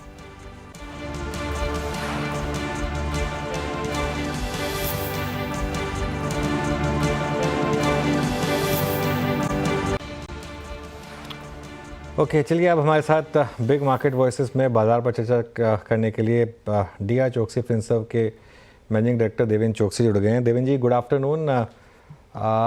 क्या हुआ आज मार्केट में? आपने भी कुछ सुना क्या ये उस सेबी की बोर्ड बैठक से पहले का थोड़ा डर है, या जो आज सुबह जापान चीन में हुआ उसका थोड़ा सा इम्पैक्ट है, या फिर एक मार्केट को एक एक्सक्यूज़ चाहिए था एक बड़ी रैली के बाद करेक्शन का? आपका क्या व्यू बन रहा है? Good afternoon. आई थिंक एक चीज जो सामने उभर के आती है फ्रॉम 1 अक्टूबर जो सेबी के जो नए रूल्स है वो इम्प्लीमेंट होने जा रहा है, in which I think the charges which have been up till now being paid to the broker in form of incentive is now directly getting passed over to the customer. तो उनका ऐसा एक impact थोड़ा बहुत आ सकता है कि जो रिटेल के अंदर पर्टिकुलरली जो ऑप्शंस के अंदर जो पोजीशन बनी थी वो शायद यहाँ से ऑफलोड होनी शुरू हो सकती है। And probably I think that is probably a small reflection as I see it currently in the market, though nothing specifically attributed कि यही कारण हो सकता है, बट ये एक वन ऑफ द रीजन है कि जिसके अंदर शायद ये पोजीशन ऑफलोडिंग का प्रोसेस चालू है। May be many of the brokerage, discount brokerage particularly जो ये फैसिलिटीज ऑफर करते थे, शायद उनके लिए I think additional volume attract करना मुश्किल होएगा, ऐसा भी एक मान के चलते हैं यहाँ पे। We will come to know about the exact impact on the market in coming days, but at this point of time, this is being speculated. दूसरी चीज मेरी ऐसी मानना है कि रिजल्ट सीजन अभी शुरू होने जा रहे हैं ये महीने से, अक्टूबर महीने से। सो ऑब्वियसली आई थिंक जो लॉन्ग पोजीशंस जो क्रिएट की गई थी पर्टिकुलरली द रिटेल ट्रेडर्स द्वारा, उनके अंदर थोड़ा बहुत प्रॉफिट बुकिंग आ सकता है। And along with that I think suppose FPI जो लास्ट मंथ के अंदर सदंतर पैसा डाल रहे थे, उसमें शायद थोड़ी ब्रेक आती है, मार्केट में प्राइस करेक्शन आना संभावित है। तो ये 2-3 कारण मेरे ख्याल से जुड़े हुए हैं इसके साथ में। Maybe I think one can also say कि रिलायंस, HDFC बैंक जैसी कंपनियां के अंदर जो फॉल आया है उसके हिसाब से इंडेक्स के अंदर फॉल ज़्यादा दिख रहा है because of the heavy weight that they carry in the index, but that is only I think the reflection through a mirror. So ये हिसाब से मेरा ऐसा मानना है, more technical, nothing to do with the fundamentals of the market as I must summarise at the and.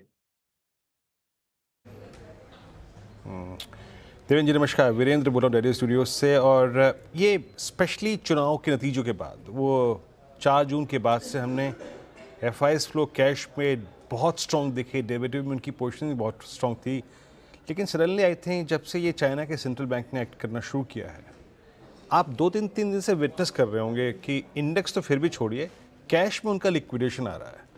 यही cash जो कि सब्सटेंशियल और एक भारी तरीके से हमारे बैंक्स को चेस कर रहा था, प्राइवेट बैंक्स को, फॉर इंस्टेंस HDFC बैंक, ये FIs ड्रिवन जो स्विंग आ रहे थे, क्या वो कुछ समय के लिए थोड़ा सा रेस्ट्रिक्ट हो सकते हैं, स्पेशली आफ्टर आई थिंक जो भी कुछ चाइना में हुआ बैंक्स के एक्शंस के बाद? ऑन द कंट्री वीरेंद्र, मेरा ऐसा मानना है कि शायद additional amount of fund flow allocations India के अंदर बनेंगे। बट जैसे हम जानते हैं कि जो पिछले महीने के अंदर फंड फ्लो जो आए उसके हिसाब से जो पोजीशन की क्रिएट की गई, आई think that is also left the market in an overbought position. तो मैं ऐसा समझता हूँ कि जो ट्रेडर है, जो पर्टिकुलर द ट्रेडर फंड जो आ रहे हैं ग्लोबली, वो मेरे ख्याल से थोड़ा रुक के डालना चाहेंगे पैसा। सर्टनली आई थिंक थोड़ा मार्केट में प्राइस करेक्शन आ सकता है। ऑलरेडी हमारे मार्केट के अंदर हमने कभी टिपिकल ट्रेड देखी है कि जब भी फॉल आता है तभी स्पीड से आता है, एक शार्प फॉल आता है और बाद में रिकवरी भी उतनी फास्ट हो जाती है, बट वो एक दिन में नहीं होती है, 2-3 दिन में होती है। तो ये थोड़ा बहुत टिपिकल कैरेक्टर है वोलेटिलिटी का ये बुल मार्केट के अंदर। मैं ऐसा समझता हूँ कि उसके अंदर कोई ज़्यादा मैं रीड नहीं कर रहा हूँ।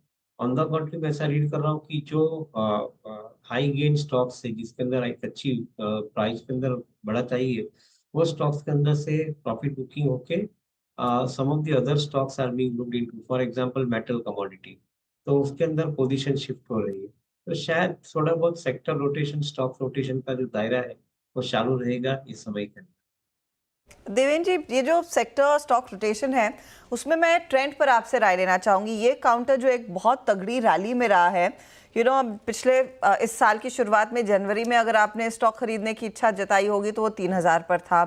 पिछले साल इसी समय खरीदना चाह रहे थे तो वो 2060 का होगा। आज ये काउंटर 7800 के पार निकलता हुआ दिखाई दिया है। अब इसमें करेक्शन आप अगर आता है, क्या कंफर्ट होगा आपको खरीदने का, क्योंकि बहुत स्ट्रॉन्ग मोमेंटम रहा है इसमें और होपफुली वो अर्निंग्स में भी रिफ्लेक्ट होता हुआ दिखाई देगा आगे। तो ज़ूडियो की कहानी क्या प्ले आउट हो चुकी है स्टॉक में या फिर आगे बाकी है, और क्या डिप पर मैं खरीदूं? या अर्शद, आई थिंक एब्सोल्युटली थोड़ी मैं ऐसा समझता हूँ कि जो भी फंडामेंटल की जो स्टोरी है, जो नैरेटिव्स है, वो काफी हद तक मार्केट के अंदर, ये स्टॉक के अंदर प्ले हो चुके हैं। May be market was waiting for inclusion of this stock into Nifty और उसके हिसाब से प्री इंक्लूजन मार्केट के अंदर इसका एक थोड़ा प्रभाव रहा है। I think that is where I think accumulation led buying to place. Now मैं ऐसा समझता हूँ कि आई थिंक जो फंडामेंटल्स है की जगह से देखें तो शायद valuation are fully pricing in every other story that we want to talk about. Current valuations के आधार पे देखें तो कंपनी को करीबन 40 से 50% रेट ऑफ ग्रोथ से बढ़ना पड़ेगा अगले 3 साल के अंदर to justify the current valuation. अगर ये ग्रोथ नहीं बनता है on year over year basis, then possibility of I think you getting some amount of profit booking is not ruled out. एक संभावित है। तो मैं ऐसा समझता हूँ कि एक थोड़ा केयरफुल रहने का भी प्रस्ताव है। Nothing to do with fundamentals, maybe market technicals के माध्यम से देखें तो शायद आपको थोड़ा बहुत केयरफुल रहना पड़ेगा, because market may give some price correction for this particular sharp rally that we have experienced in this stock. Okay, अच्छा, अब अर्निंग सीजन की शुरुआत हो रही है कुछ ही दिनों में। आईटी पर क्या व्यू बन रहा है अब देवेंद्र भाई? So Anuj, I think we are reasonably confident about the prospects going forward for the new contracts जो mainly companies win कर रही।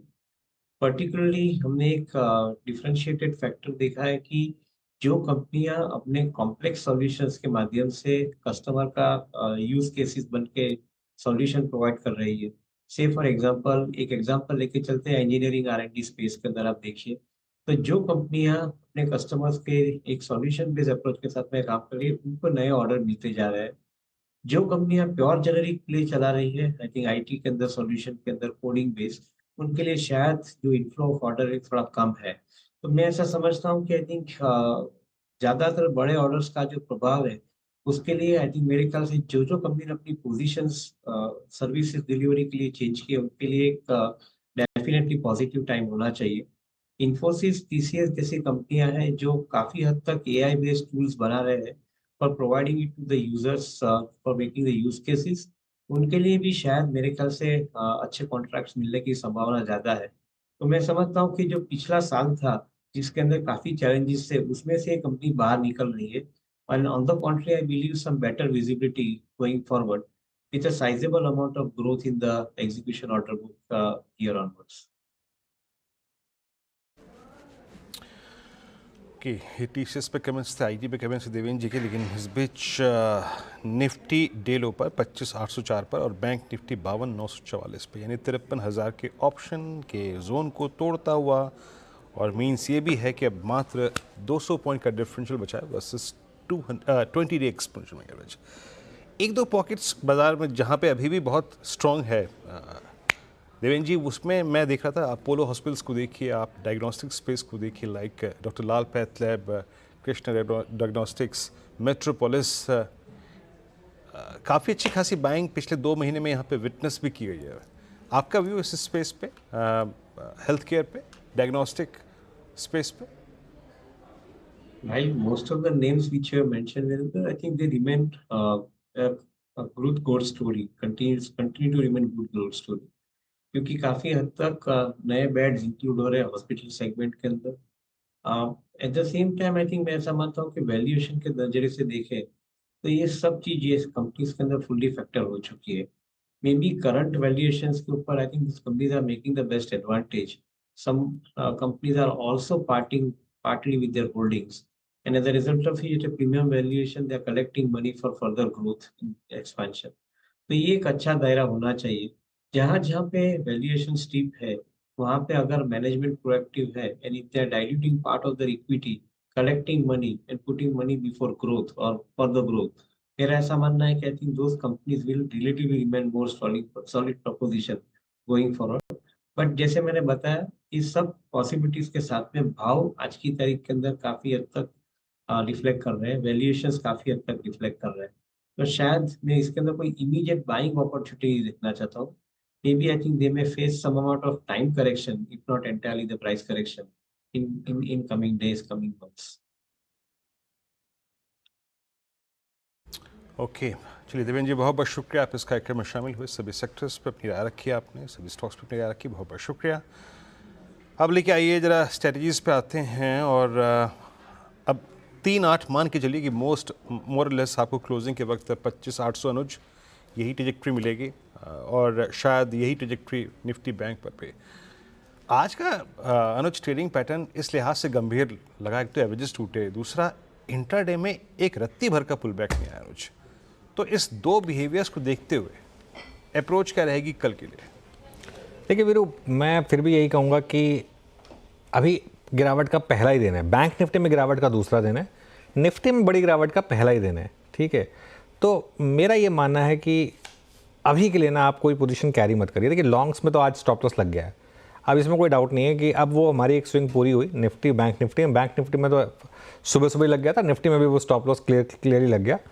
तो अब जो ट्रेलिंग वाला स्टॉप था, जो पोजिशनल लॉन्ग्स है, पोजिशनल लॉन्ग्स ने फिर भी काफ़ी बड़ा पैसा बनाया होगा, अब कोई दिक्कत नहीं। अब कल सुबह सुबह नज़रिए लेंगे। आज की क्लोजिंग जो है ना वो इस लेवल से कन्फ्यूजिंग है कि ऐसी मार्केट भी नहीं है जो एकदम ब्रेक डाउन होकर 25,750 के नीचे बंद हो रही है, जहाँ पर आप चाहते तो शायद थोड़ी सी शॉर्ट्स भी कैरी कर सकते थे। तो लॉन्ग तो वैसे भी आप नहीं कैरी कर सकते क्योंकि मार्केट में इतनी स्ट्रॉन्ग डिक्लाइन आई है और ख़ास तौर से बैंक निफ्टी में जो लीडिंग पॉकेट है उसमें। लेकिन शॉर्ट कैरी करना भी रिस्की है क्योंकि मार्केट का बड़ा ट्रेंड पॉजिटिव है। तो क्या करें आप, सिंपल है, कुछ मत कैरी करिए, आप कल सुबह आकर एक फ्रेश व्यू लीजिए। अब इस समय हमारे व्यूअर्स को क्लीन स्लेट पर होना चाहिए, कल एक फ्रेश व्यू लेंगे। सेबी का एक बार डिसीजन आ जाए कि सेबी क्या करने वाला है, मार्केट कैसे उस पर रिएक्ट करने वाला है, उसके बाद कल एक फ्रेश व्यू लेंगे।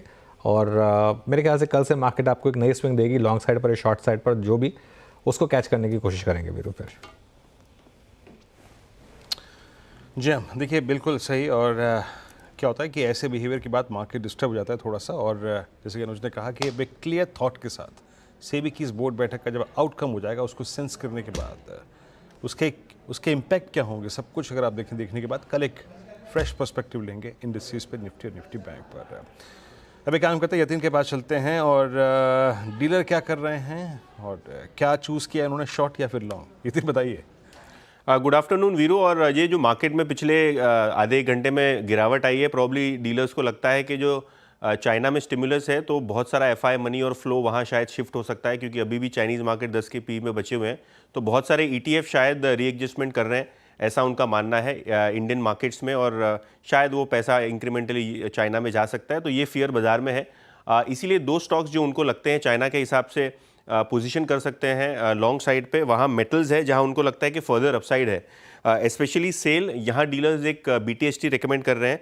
उनको लगता है काउंटर में 148 से 150 तक के टारगेट्स आ सकते हैं। आज ओपन इंटरेस्ट भी 3% ऊपर है और जनरल मेटल स्टॉक्स में फ्रेश लॉन्ग्स देखने को मिल रहे हैं। तो चाइना के एंगल से मेटल स्टॉक्स पे अभी भी डीलर्स कंस्ट्रक्टिव हैं और पिरामल एंटरप्राइजेज यहाँ भी डीलर्स को लगता है कि पोजिशनली 1200 तक के टारगेट्स आ सकते हैं। अक्टूबर सीरीज की बात करें तो यहाँ ओपन इंटरेस्ट 2% बढ़ा है और फ्रेश बाइंग यहाँ भी देखने को मिल रही है। चलिए यतिन, शुक्रिया। अब BTST STBT ट्रेड लेना शुरू करते हैं। गाबा सर, क्या कैरी करें कल के लिए? मेरे ख्याल से ब्रिटानिया पर ध्यान देना चाहिए ऑन द लॉन्ग साइड, क्योंकि इसमें स्ट्रेंथ है। कल आज सेबी की मीटिंग है, लेकिन फिर भी इसमें स्ट्रेंथ है। 6339 पर ट्रेड कर रहा है। स्टॉप होगा 6300 का, करीब 39 रुपीज का। नियर टर्म टारगेट 6400 के। तो दिस ऑर्डर भी ओके है, लेकिन यस, ब्रिटानिया पर ध्यान देना चाहिए। ब्रिटानिया पर ध्यान देने की सलाह। मानस, आपका ट्रेड? हर्षिता जी, कोई नया ट्रेड नहीं होगा। जो फेडरल बैंक का रिकमेंडेशन दिया था 2:10 पे, वही उसी को कैरी फॉरवर्ड करेंगे। मेरे ख्याल से वहां पर आप, अगर आपने उस टाइम पे खरीदारी नहीं की तो अभी भी खरीदारी कर सकते हैं 194 के स्टॉप लॉस से 204 रुपए के टारगेट के लिए। तो जो 2 बजे का कॉल था वही इस टाइम का भी रिकमेंडेशन है। फेडरल बैंक उसी कॉल को रिपीट करेंगे। और राजेश पालविया जी, आपका ट्रेड?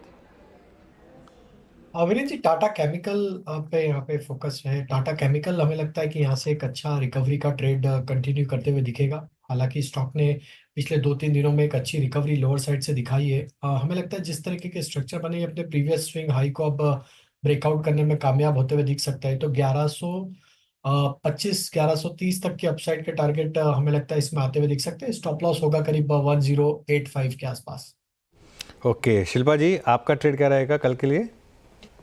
जी बिल्कुल, मुझे लगता है यहाँ पे थोड़ा बीसॉफ्ट पे ध्यान दे सकते हैं। बीसॉफ्ट 601 के अराउंड ट्रेड कर रहा है। मुझे लगता है यहाँ पे 590 के स्टॉप लॉस से आप लॉन्ग रह सकते हैं। ये जोन अगर होल्ड करता है तो बहुत क्विकली 630 से लेकर 645 के लेवल्स आपको आते हुए मिलेंगे। अमित, आफ्टरनून बताइए, आपका ट्रेड क्या रहेगा? जी मैं कोफोज के साथ जाऊंगा। कोफोज पिछले 9 से 10 दिनों से काफी ब्यूटीफुली अपना 10 डेमा होल्ड कर रहा है और कंसोलिडेट कर रहा है। आज ऑलमोस्ट इसने 10 डेमा को टच करके एक अपथ्रस्ट जनरेट किया, तो यहाँ पे एक मूव आ सकता है। तो कोफोज बाय करें। 6900 का स्टॉप लॉस रहेगा और टारगेट्स रहेंगे 7200 रुपीज के। ओके, तो ये कोफोज में एक मौका इस समय तेजी की तरफ बनता हुआ साफ देखने को मिल रहा है। चलिए, सारे ट्रेड्स हमारे जानकारों ने जो आइडेंटिफाई करने थे वो आपकी स्क्रीन पर आ चुके हैं। कुछ तेजी वाली आइडियाज़ ही दरअसल सजेस्ट की गई हैं। एक तो और ट्रेड्स जिनमें हमने हरकत देखी है, एक तो गेल, जिसका हम पहले भी जिक्र कर रहे थे। आई थिंक पलवे साहब ने इस पर भी राय दी थी, लेकिन आप IGL जैसा काउंटर देखिए, वहाँ पर भी थोड़ा थोड़ा करके चर्न देखने को मिला है। टाटा केमिकल्स जैसे काउंटर्स में आज हमने देखा है थोड़ा सा चर्न तेज़ी की तरफ आया है। इन काउंटर्स में जो आज बढ़त आई है, इनमें क्या कुछ कन्विंसिंग तेज़ी के मूव्स बने हैं क्या, जो ये रैली एक्सटेंड की जा सकती है? ऐसा कुछ पढ़ा है क्या शिल्पा आपने, स्पेशली टाटा केमिकल्स? जी बिल्कुल, यहाँ पे हर्षिता जी, अगर आप केमिकल्स की, जैसे हमने बात भी किया है, नवीन फ्लोरिन हो गया, फिर SRF या फिर हमने UPL की बात किया, तो यहाँ पे टाटा केमिकल पे भी है। टाटा केमिकल लिखते हैं थोड़ा positional, not on immediate basis. मुझे लगता है कि अगर आप थोड़ा होल्ड करेंगे तो 1200 तक का भी एक पोजिशनल टारगेट है, लेकिन यहाँ पे जो इमीडिएट सपोर्ट है वो 1060 का है, तो आपका ये टाइट स्टॉप लॉस होगा। तो यहाँ से 1120 से लेके 1140, देन अगर इसके ऊपर सस्टेन करता है तो 1200 के भी पोजिशनल टारगेट्स आ सकते हैं।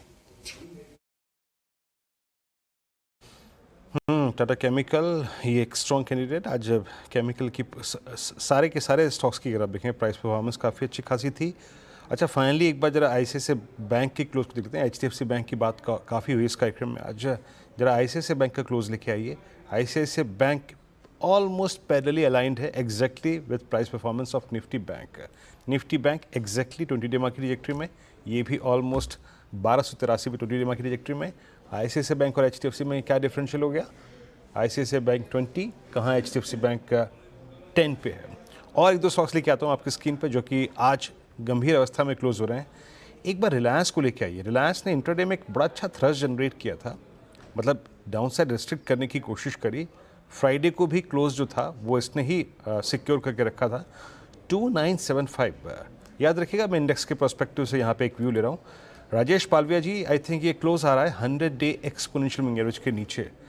रिलायंस पर आपकी रीडिंग क्या कह रही है? रिलायंस किस प्रकार का प्रेशर डाल सकता है इंडेक्स पे? तो वीरेंद्र जी देखिए, स्टॉक में आज जिस तरीके का सप्लाई है और जिस तरीके से स्टॉक 20 डे मूविंग एवरेज के नीचे भी फिसलते हुए दिखा है, हमें लगता है कि अगर ये स्टॉक 2970 के नीचे अगर जाता है तो फर्दर यहाँ पे डाउनसाइड ओपन होते हुए दिख रही, जो कि होगी फिर 2940 की तरफ। तो यस, रिलायंस एक काफी क्रिटिकल लेवल पे अब ट्रेड कर रहा है।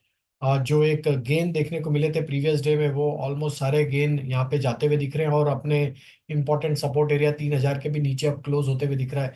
तो हमें लगता है यहाँ पे वीकनेस आ सकती है। अगर ये 2970 के नीचे फिसलता है तो 2940 तक की डाउनसाइड इमीडिएट बेसिस पे देखने को मिल सकती है। ओके चलिए अब आपको बताते हैं बैन में कौन कौन से स्टॉक्स आ सकते हैं। हिंदुस्तान कॉपर बैन में जा सकता है, 115% की पोजीशनिंग वहाँ पर हो गई है।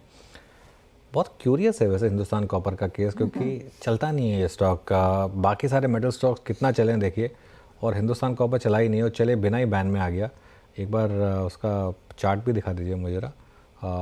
ये हिंदुस्तान कॉपर देखिए, एक महीने में सिर्फ ठंडा पड़ा है, बिल्कुल ठंडा है। इस पीरियड में मेटल्स इंडेक्स पूरा 8-10% भाग गया और ये चला ही नहीं है कुछ भी। आरबीएल बैंक बैन में आ रहा है, 102% पोजीशनिंग यहाँ पर हो चुकी है। बंधन बैंक बैन में आ रहा है, 100% की पोजीशनिंग यहाँ हो गई। और बलरामपुर चीनी बहुत इंटरेस्टिंग है, बलरामपुर चीनी, क्योंकि आज बलरामपुर चीनी सुबह खुला नीचे, फिर एकदम से एक रैली आई और उसके बाद पता नहीं उस रैली में क्या हुआ, क्यों आई वो रैली पता नहीं मुझे, और उसके बाद वो फिजल आउट भी हो गई। ऐसा लग रहा है कि वो ज़बरदस्ती शायद किसी ने पोजीशन क्रिएट की थी, उसके बाद वो पोजीशन अनवाइंड होनी शुरू हुई और बलरामपुर चीनी भी 95% की पोजीशन तक यहाँ पर आ गया। तो ये कुछ स्टॉक्स बैन में आने की तैयारी कर रहे हैं। शिल्पा जी, हिंदुस्तान कॉपर देखिए एक बार, काफ़ी अंडर परफॉर्म कर रहा है ये अपने पीयर्स को। जी बिल्कुल, यहाँ पे हिंद कॉपर क्योंकि काफ़ी टाइम ये बैन में ही रहता है जैसे, तो इसके लिए इसमें फ्यूचर्स में हम लोग ज़्यादा रेकमेंड करते ही नहीं है। लेकिन अगर आप ऑप्शन चेन भी देखेंगे तो 350 पे भी कितना स्ट्रॉन्ग कॉल राइटिंग है कि यहाँ पे मुझे लगता है ये एक टफ रेजिस्टेंस है इसका, 350-352 जोन। जब तक इसके ऊपर जाता नहीं है तब तक अपसाइड लेवल्स ऑफ 380 हम लोग एक्सपेक्ट नहीं कर सकते। तो यहाँ पे 355 का एक अच्छा खासा रेजिस्टेंस है। जब अगर सेल करना है तो आप सेल कर सकते हैं, अदरवाइज अवॉइड। एक बार निफ्टी आईटी आपकी स्क्रीन पर लेकर आएंगे, क्योंकि निफ्टी आईटी में पिछले हफ्ते थोड़ा सा जो होप बिल्ड हो रहा था वो आज पूरी तरह से नदारत है। HCL टेक जैसे काउंटर्स, आपके इन्फोसिस जैसे काउंटर्स, इन सब में दबाव देखने को मिला है। लेकिन कोई ट्रेड गाबा जी जो आपको लग रहा है थोड़ा सा और इस इंडेक्स को नीचे खींच सकता है? दिग्गजों में जिस तरह से एक स्टॉक्स आज टूटे हैं, आप इन्फी देखिए, TCS देखिए, अक्रॉस द बोर्ड ये बिकवाली का दबाव है। तो पिछले हफ्ते का होप क्या अभी भी बचा हुआ है या फिर वो आज के बिकवाली में गया? आज जो रिएक्शंस मिले, थोड़े अपमूव मिले, वो इतने अच्छे नहीं थे, वीक रिएक्शंस थे। वो संकेत दे रहा है कि देयर इज वीकनेस, मतलब जो पुलबैक्स थे वो स्ट्रेंथ में नहीं थे। तो मुझे सबसे लगता है और लोअर लेवल देखने को मिल सकता है। Like state bank of India, यहाँ पर भी वीकनेस है। जो अपमूव मिला है स्टेट बैंक में, लगता है वो नीचे आने के लिए आएगा। अगर स्टेट बैंक नीचे आता है 792 का स्टॉप लाकर चले और शॉर्ट करें तो पॉसिबल के 780 देखने को मिल सकता है। तो मेरी मेटल्स दिग्गज है उसमें स्ट्रेंथ नहीं रखती। ओके, मेटल्स में सबसे स्ट्रॉन्ग काउंटर है JSW स्टील। आई थिंक ये शायद एक ऐसा स्टॉक रहा है जो चाइना फैक्टर और नॉट जिसने कंसिस्टेंटली परफॉर्म किया। इनफैक्ट इसका आप 2 साल का चार्ट देखिए, ये देखिए, ये इसका 7 डेज़ का चार्ट है। वो तो खैर सारे मेटल स्टॉक्स भागे, लेकिन इसका इवन अगर आप लंबा चार्ट देखेंगे तो इसने पोर्टफोलियो इन्वेस्टर्स को भी पैसा बना के दिया है। 2 साल का चार्ट देखिए, 63% के गेंस हैं यहाँ पर। मानस, JSW steel blue sky territory क्या तैयार है फ्रेश हायर लेवल्स के लिए? तो देखिए, पोजीशन तो अभी भी काफी अच्छा लगता है। मेरा समझना है कि स्टॉक में अगर हम पोटेंशियल की बात करें तो 1110 से 1130 के लेवल्स को टच करने का पोटेंशियल है। और जिस तरह का ब्रेकआउट आज देखने को मिला और जिस तरह के वॉल्यूम पिछले 7-8 सेशन में देखने को मिले हैं, मेरे ख्याल से आपको अगले हफ्ते तक की लेवल्स 1110 तक के भाव देखने को मिल जाएंगे। खरीदारी करने का ट्रेड अभी भी लेना है। अगर आप करंट लेवल्स खरीदारी कर रहे हैं तो 1009 के स्टॉप लॉस से आप खरीदारी कर सकते हैं। 1075 और 1110 तक के टारगेट्स पॉसिबल है JSW स्टील में। Okay, JSW steel, I mean strongest structure, सबसे मजबूत अगर आप देखें प्राइस परफॉर्मेंस पूरे मेटल स्पेस में इसी की है। आपके स्क्रीन पे डेरिवेटिव की ब्रेथ लेके आता हूँ। आज क्लियरली आपको नजर आएगा कि कुछ शॉर्टिंग का और ये जो सेबी बोर्ड की बैठक है उसकी अनिश्चितता ने जो बेयर्स हैं उनको एक ग्रिप लेने का मौका दिया, एंड स्पेशली ऑन बैंक्स। आपके स्क्रीन पे जो 101 की डिजिट है ना, 101 शॉर्ट्स, 54 लॉन्ग और शॉर्ट कवरिंग 8 में। नो डाउट जो लॉन्ग्स हैं वो काफ़ी हद तक डायग्नोस्टिक स्पेस, आपका कुछ हद तक मेटल्स में आए हैं, NMDC, टाटा केमिकल स्पेस में आए हैं, Page Industries, AU small finance bank और Federal Bank mid cap banking में 2 स्टेबल स्टॉक रहे। बाकी शॉर्ट कवरिंग थी आज फेडरल बैंक में, जैसे कि मैं कह रहा था अभी। सिंजन ने, गुजरात गैस, इंडिया मार्ट ने एक स्ट्रॉन्ग मूव दिया, कैनफिन होम्स ने NBFCs में एक स्ट्रॉन्ग मूव दिया। लेकिन शॉर्ट कहाँ बनाए? हीरो मोटोकॉर्प लास्ट वीक की स्ट्रॉन्ग प्राइस परफॉर्मेंस के बाद आज सिंक हुआ, और window pharma, Indian hotels, TVS Motors और रिलायंस ने आज एक अच्छा खासा प्रेशर डाला। गौरतलब है कि शुक्रवार को हमें इस सिंकिंग जोन से बाहर निकाला था रिलायंस ने, लेकिन आज बैकफुट पे था। बाकी पॉलीकैब में वो जो फर्स्ट डे का बड़ा स्ट्रॉन्ग मूव था आज प्रॉफिट टेकिंग में कन्वर्ट हो गया। बाकी निफ्टी 50 में प्रॉफिट टेकिंग हुई, लॉन्ग्स अनवाइंड हुए जो कैरी हुए थे, जैसे कि हम देख रहे थे शुक्रवार मॉर्निंग को कि लॉन्ग्स आए थे इस सीरीज़ में। रोल ओवर्स पिछले 2 सीरीज़ की तुलना में अच्छे थे। बाकी स्कॉच कुबोटा, श्रीराम फाइनेंस और सन फार्मा, ये कुछ ऐसे स्टॉक्स थे जहाँ पे आज लॉन्ग्स थे वो बुक हुए। एक स्टॉक और लेके आइए आपकी स्क्रीन पे, जो कि आज थोड़ा सा फिर भी एक अच्छी ट्रेजेक्ट्री में प्लेस होकर जा रहा है। इनफैक्ट ये ऑल टाइम हाई पे क्लोज भी हो रहा है। शिल्पा जी, अगर आपने रीडिंग की हो इप्का लैब की, आई मीन इसके चार्ट्स को देखकर लग ही नहीं रहा है कि बाजार में किसी प्रकार की रत्ती भर की टर्बुलेंस भी है। आपका व्यू क्या बन रहा है? अगर ये थोड़ा सा अनसर्टेनिटी का फेज रहा तो ये इप्का लैब कहाँ तक शूट अप कर सकता है? जी वीरेंद्र जी, ऑनेस्टली ये 1720 तक मुझे लगता है हाईएस्ट लेवल जो ऑप्शन चेन में अवेलेबल है, वहाँ तक आप देखेंगे तो इतने हाईएस्ट टाइप्स में भी कितना अग्रेसिव एडिशंस है। तो यहाँ पे मुझे लगता है जैसे इप्का लैब के लिए स्काई इज द लिमिट जैसा एक सेटअप है। तो on any declines towards 1460 also मुझे लगता है कि ऑन इमीडिएट बेसिस आप बाई कर सकते हैं। इमीडिएट टारगेट्स हैं 1560 के, इसके ऊपर सस्टेन भी हो जाता है तो आप 1700 एंड प्लस के लिए इसको पोजिशनली होल्ड कर सकते हैं। जी हाँ, ये है इप्का लैब स्ट्रॉन्ग क्लोजिंग की तरफ बढ़ता हुआ। वाकई आई मीन अव्वल दर्जे का चार्ट है आपकी स्क्रीन पे ही है। और जो सुबह सुबह हम बात कर रहे थे ना आज पिडलाइट की, बर्जर पेंट्स की, एक बार प्लीज़ ब्रेंट क्रूड की ट्रेजेक्टरी रखिए। जिस प्रकार की क्लोजिंग की तरफ ये स्टॉक बढ़ रहा है, आई थिंक बर्जर पेंट्स और even Pidilite for that matter जो हमने डिस्कस किया अभी, शानदार क्लोज है। राजेश पालवे जी, आपका व्यू क्या बन रहा है इस वक्त? शायद हम पिडलाइट को ज़्यादा चेज़ करते हैं, हम एशियन पेंट्स को ज़्यादा चेज़ करते हैं, बट 24 फरवरी 2022 के बाद सबसे स्ट्रॉन्ग फेज में और उस दौर के बाद के सबसे हाईएस्ट क्लस्टर में स्टॉक क्लोज हो रहा है। आपकी रीडिंग क्या कह रही है? तो देखिए पीडीलाइट तो यस यहाँ पे हमें बुलिश ही लग रहा है, और जिस तरीके के इसके ओवरऑल स्ट्रक्चर बने हुए यहाँ पे एक कंटिन्यूटी बनी हुई है अप ट्रेंड की, और हम एक्सपेक्ट कर रहे हैं कि शॉर्ट टर्म में टारगेट इसके 3450 3480 की तरफ बनते हुए दिख सकते हैं। तो पीडीलाइट छोटी मोटी गिरावट में बिल्कुल ऐड किया जा सकता है। यहाँ पे हमें लगता है कंटिन्यूटी रहेगी अप ट्रेंड की। डाउन साइड में जो स्टॉप लॉस रखना है वो करीब ट्रेडिंग पॉइंट ऑफ व्यू से करीब होंगे 3315 3320 के आसपास। अजय पेंट्स पे राजेश पालवे जी।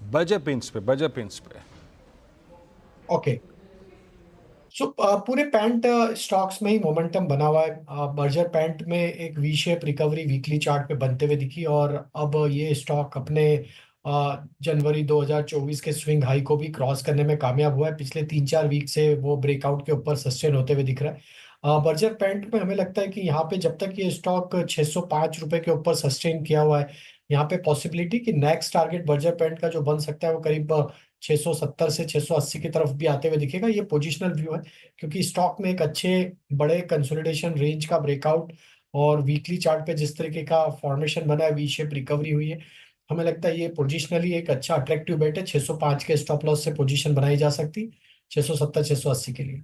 बर्जर पेंट्स में एक मौका दिख रहा है। अमित, कोरमंडल इंटरनेशनल पर नजर डालेंगे प्लीज। 1685 के लेवल्स पर ये स्टॉक आया है और स्टॉक ओपन इंटरेस्ट के लिहाज से करीब 2-2.25% के गेन्स अपने साथ जोड़ चुका है। कैश मार्केट में ज्यादा प्राइस एक्शन देखा जा रहा है वर्सेस आपका फ्यूचर्स वाले मार्केट में। 1675 पर ले रहे हैं क्या? मैम अगर इसका स्ट्रक्चर देखें तो it is basically a trade off support. अच्छे रिस्क रिवॉर्ड पॉइंट पे मिल रहा है। यहाँ पे 50 डे एक्सपोनेंशियल मूविंग एवरेज है और एक सपोर्ट एरिया है स्टॉक का लगभग 1640 1650 के आसपास। तो एक अच्छे रिस्क रिवॉर्ड पॉइंट से ये ट्रेड क्वालिफाई करेगा। आज का कैंडल अच्छे देखे थे तो एक छोटे से स्टॉप लॉस के साथ लगभग 1655 के स्टॉप लॉस के साथ पोजीशन बनाई जा सकती है फॉर टारगेट्स ऑफ 1700 एंड 1730। 1730 तक जा सकता है। मानस, आपको याद होगा पिछले सत्र में फ्राइडे के दिन एक्साइड पर 2-3 कॉल्स आए थे तेजी की तरफ। आज 505 के आसपास से समाप्ति होती दिखाई दे रही है और वायदे बाजार में लॉन्ग पोजीशंस जुड़ी हैं। गिरते बाजार में जब ये थोड़े स्टॉक संभलते हैं, स्पेशली पिछले हफ्ते की तेजी वाले काउंटर, और यहाँ पर भी वही हुआ, ऊपर खुला फिर फिसला और डे लो से रिकवरी आई है। स्ट्रक्चर क्या कुछ इशारा कर रहा है कि बड़ी तेजी की तैयारी हो रही है? देखिए, जो स्ट्रक्चर है वो तो पॉजिटिव है क्योंकि अब क्लियर कट रिवर्सल देखने को मिला है। स्टॉक ने अपने 50 डे मूविंग एवरेज को भी रीगेन कर लिया है। पिछले 2 दिनों में काफी बेहतर वॉल्यूम देखने को मिले हैं। आई थिंक अब स्टॉक बिल्कुल तैयार है 520 से 525 की रेंज में आने के लिए। तो अगर एक ट्रेड लेना होगा तो लॉन्ग साइड पे होगा 489 के स्टॉप लॉस से एक पोजीशन ट्रेड ले और 525 रुपए की टारगेट सेट करे। इसका टारगेट और एक्साइड पर एक तेजी वाला कॉल। आखिरी 3 मिनट मार्केट आपकी स्क्रीन पर ही रखते हैं, यहाँ पर आप गौर करिएगा। ज़्यादा कुछ बड़े बदलाव नहीं। ऐसा लगा था कि हम शायद 25,800 के नीचे का क्लोज दिखाएंगे जब वो 800 का स्तर टूटा था। 796 तक का लो छुआ और वहाँ से घूमे हैं, लेकिन इस समय घूम फिर कर बैक टू स्क्वायर वन 25,800। बीच में एक बम्प देखने को मिला था, बहुत ही मामूली सा, जब हम थोड़ा सा 40 पॉइंट की रिकवरी दिखा रहे थे, लेकिन वो कुछ हुआ ज़्यादा देर तक टिका नहीं है। मेटल्स ही हैं आज एक सहारा जिनमें सबसे ज़्यादा हरकत, सबसे ज़्यादा एक्टिविटी देखने को मिली है। और मेटल में दिग्गज कंपनियां हो, मिड कैप कंपनियां हो, सभी में तेज़ी का सिलसिला जोर पकड़ता हुआ दिखाई दिया है।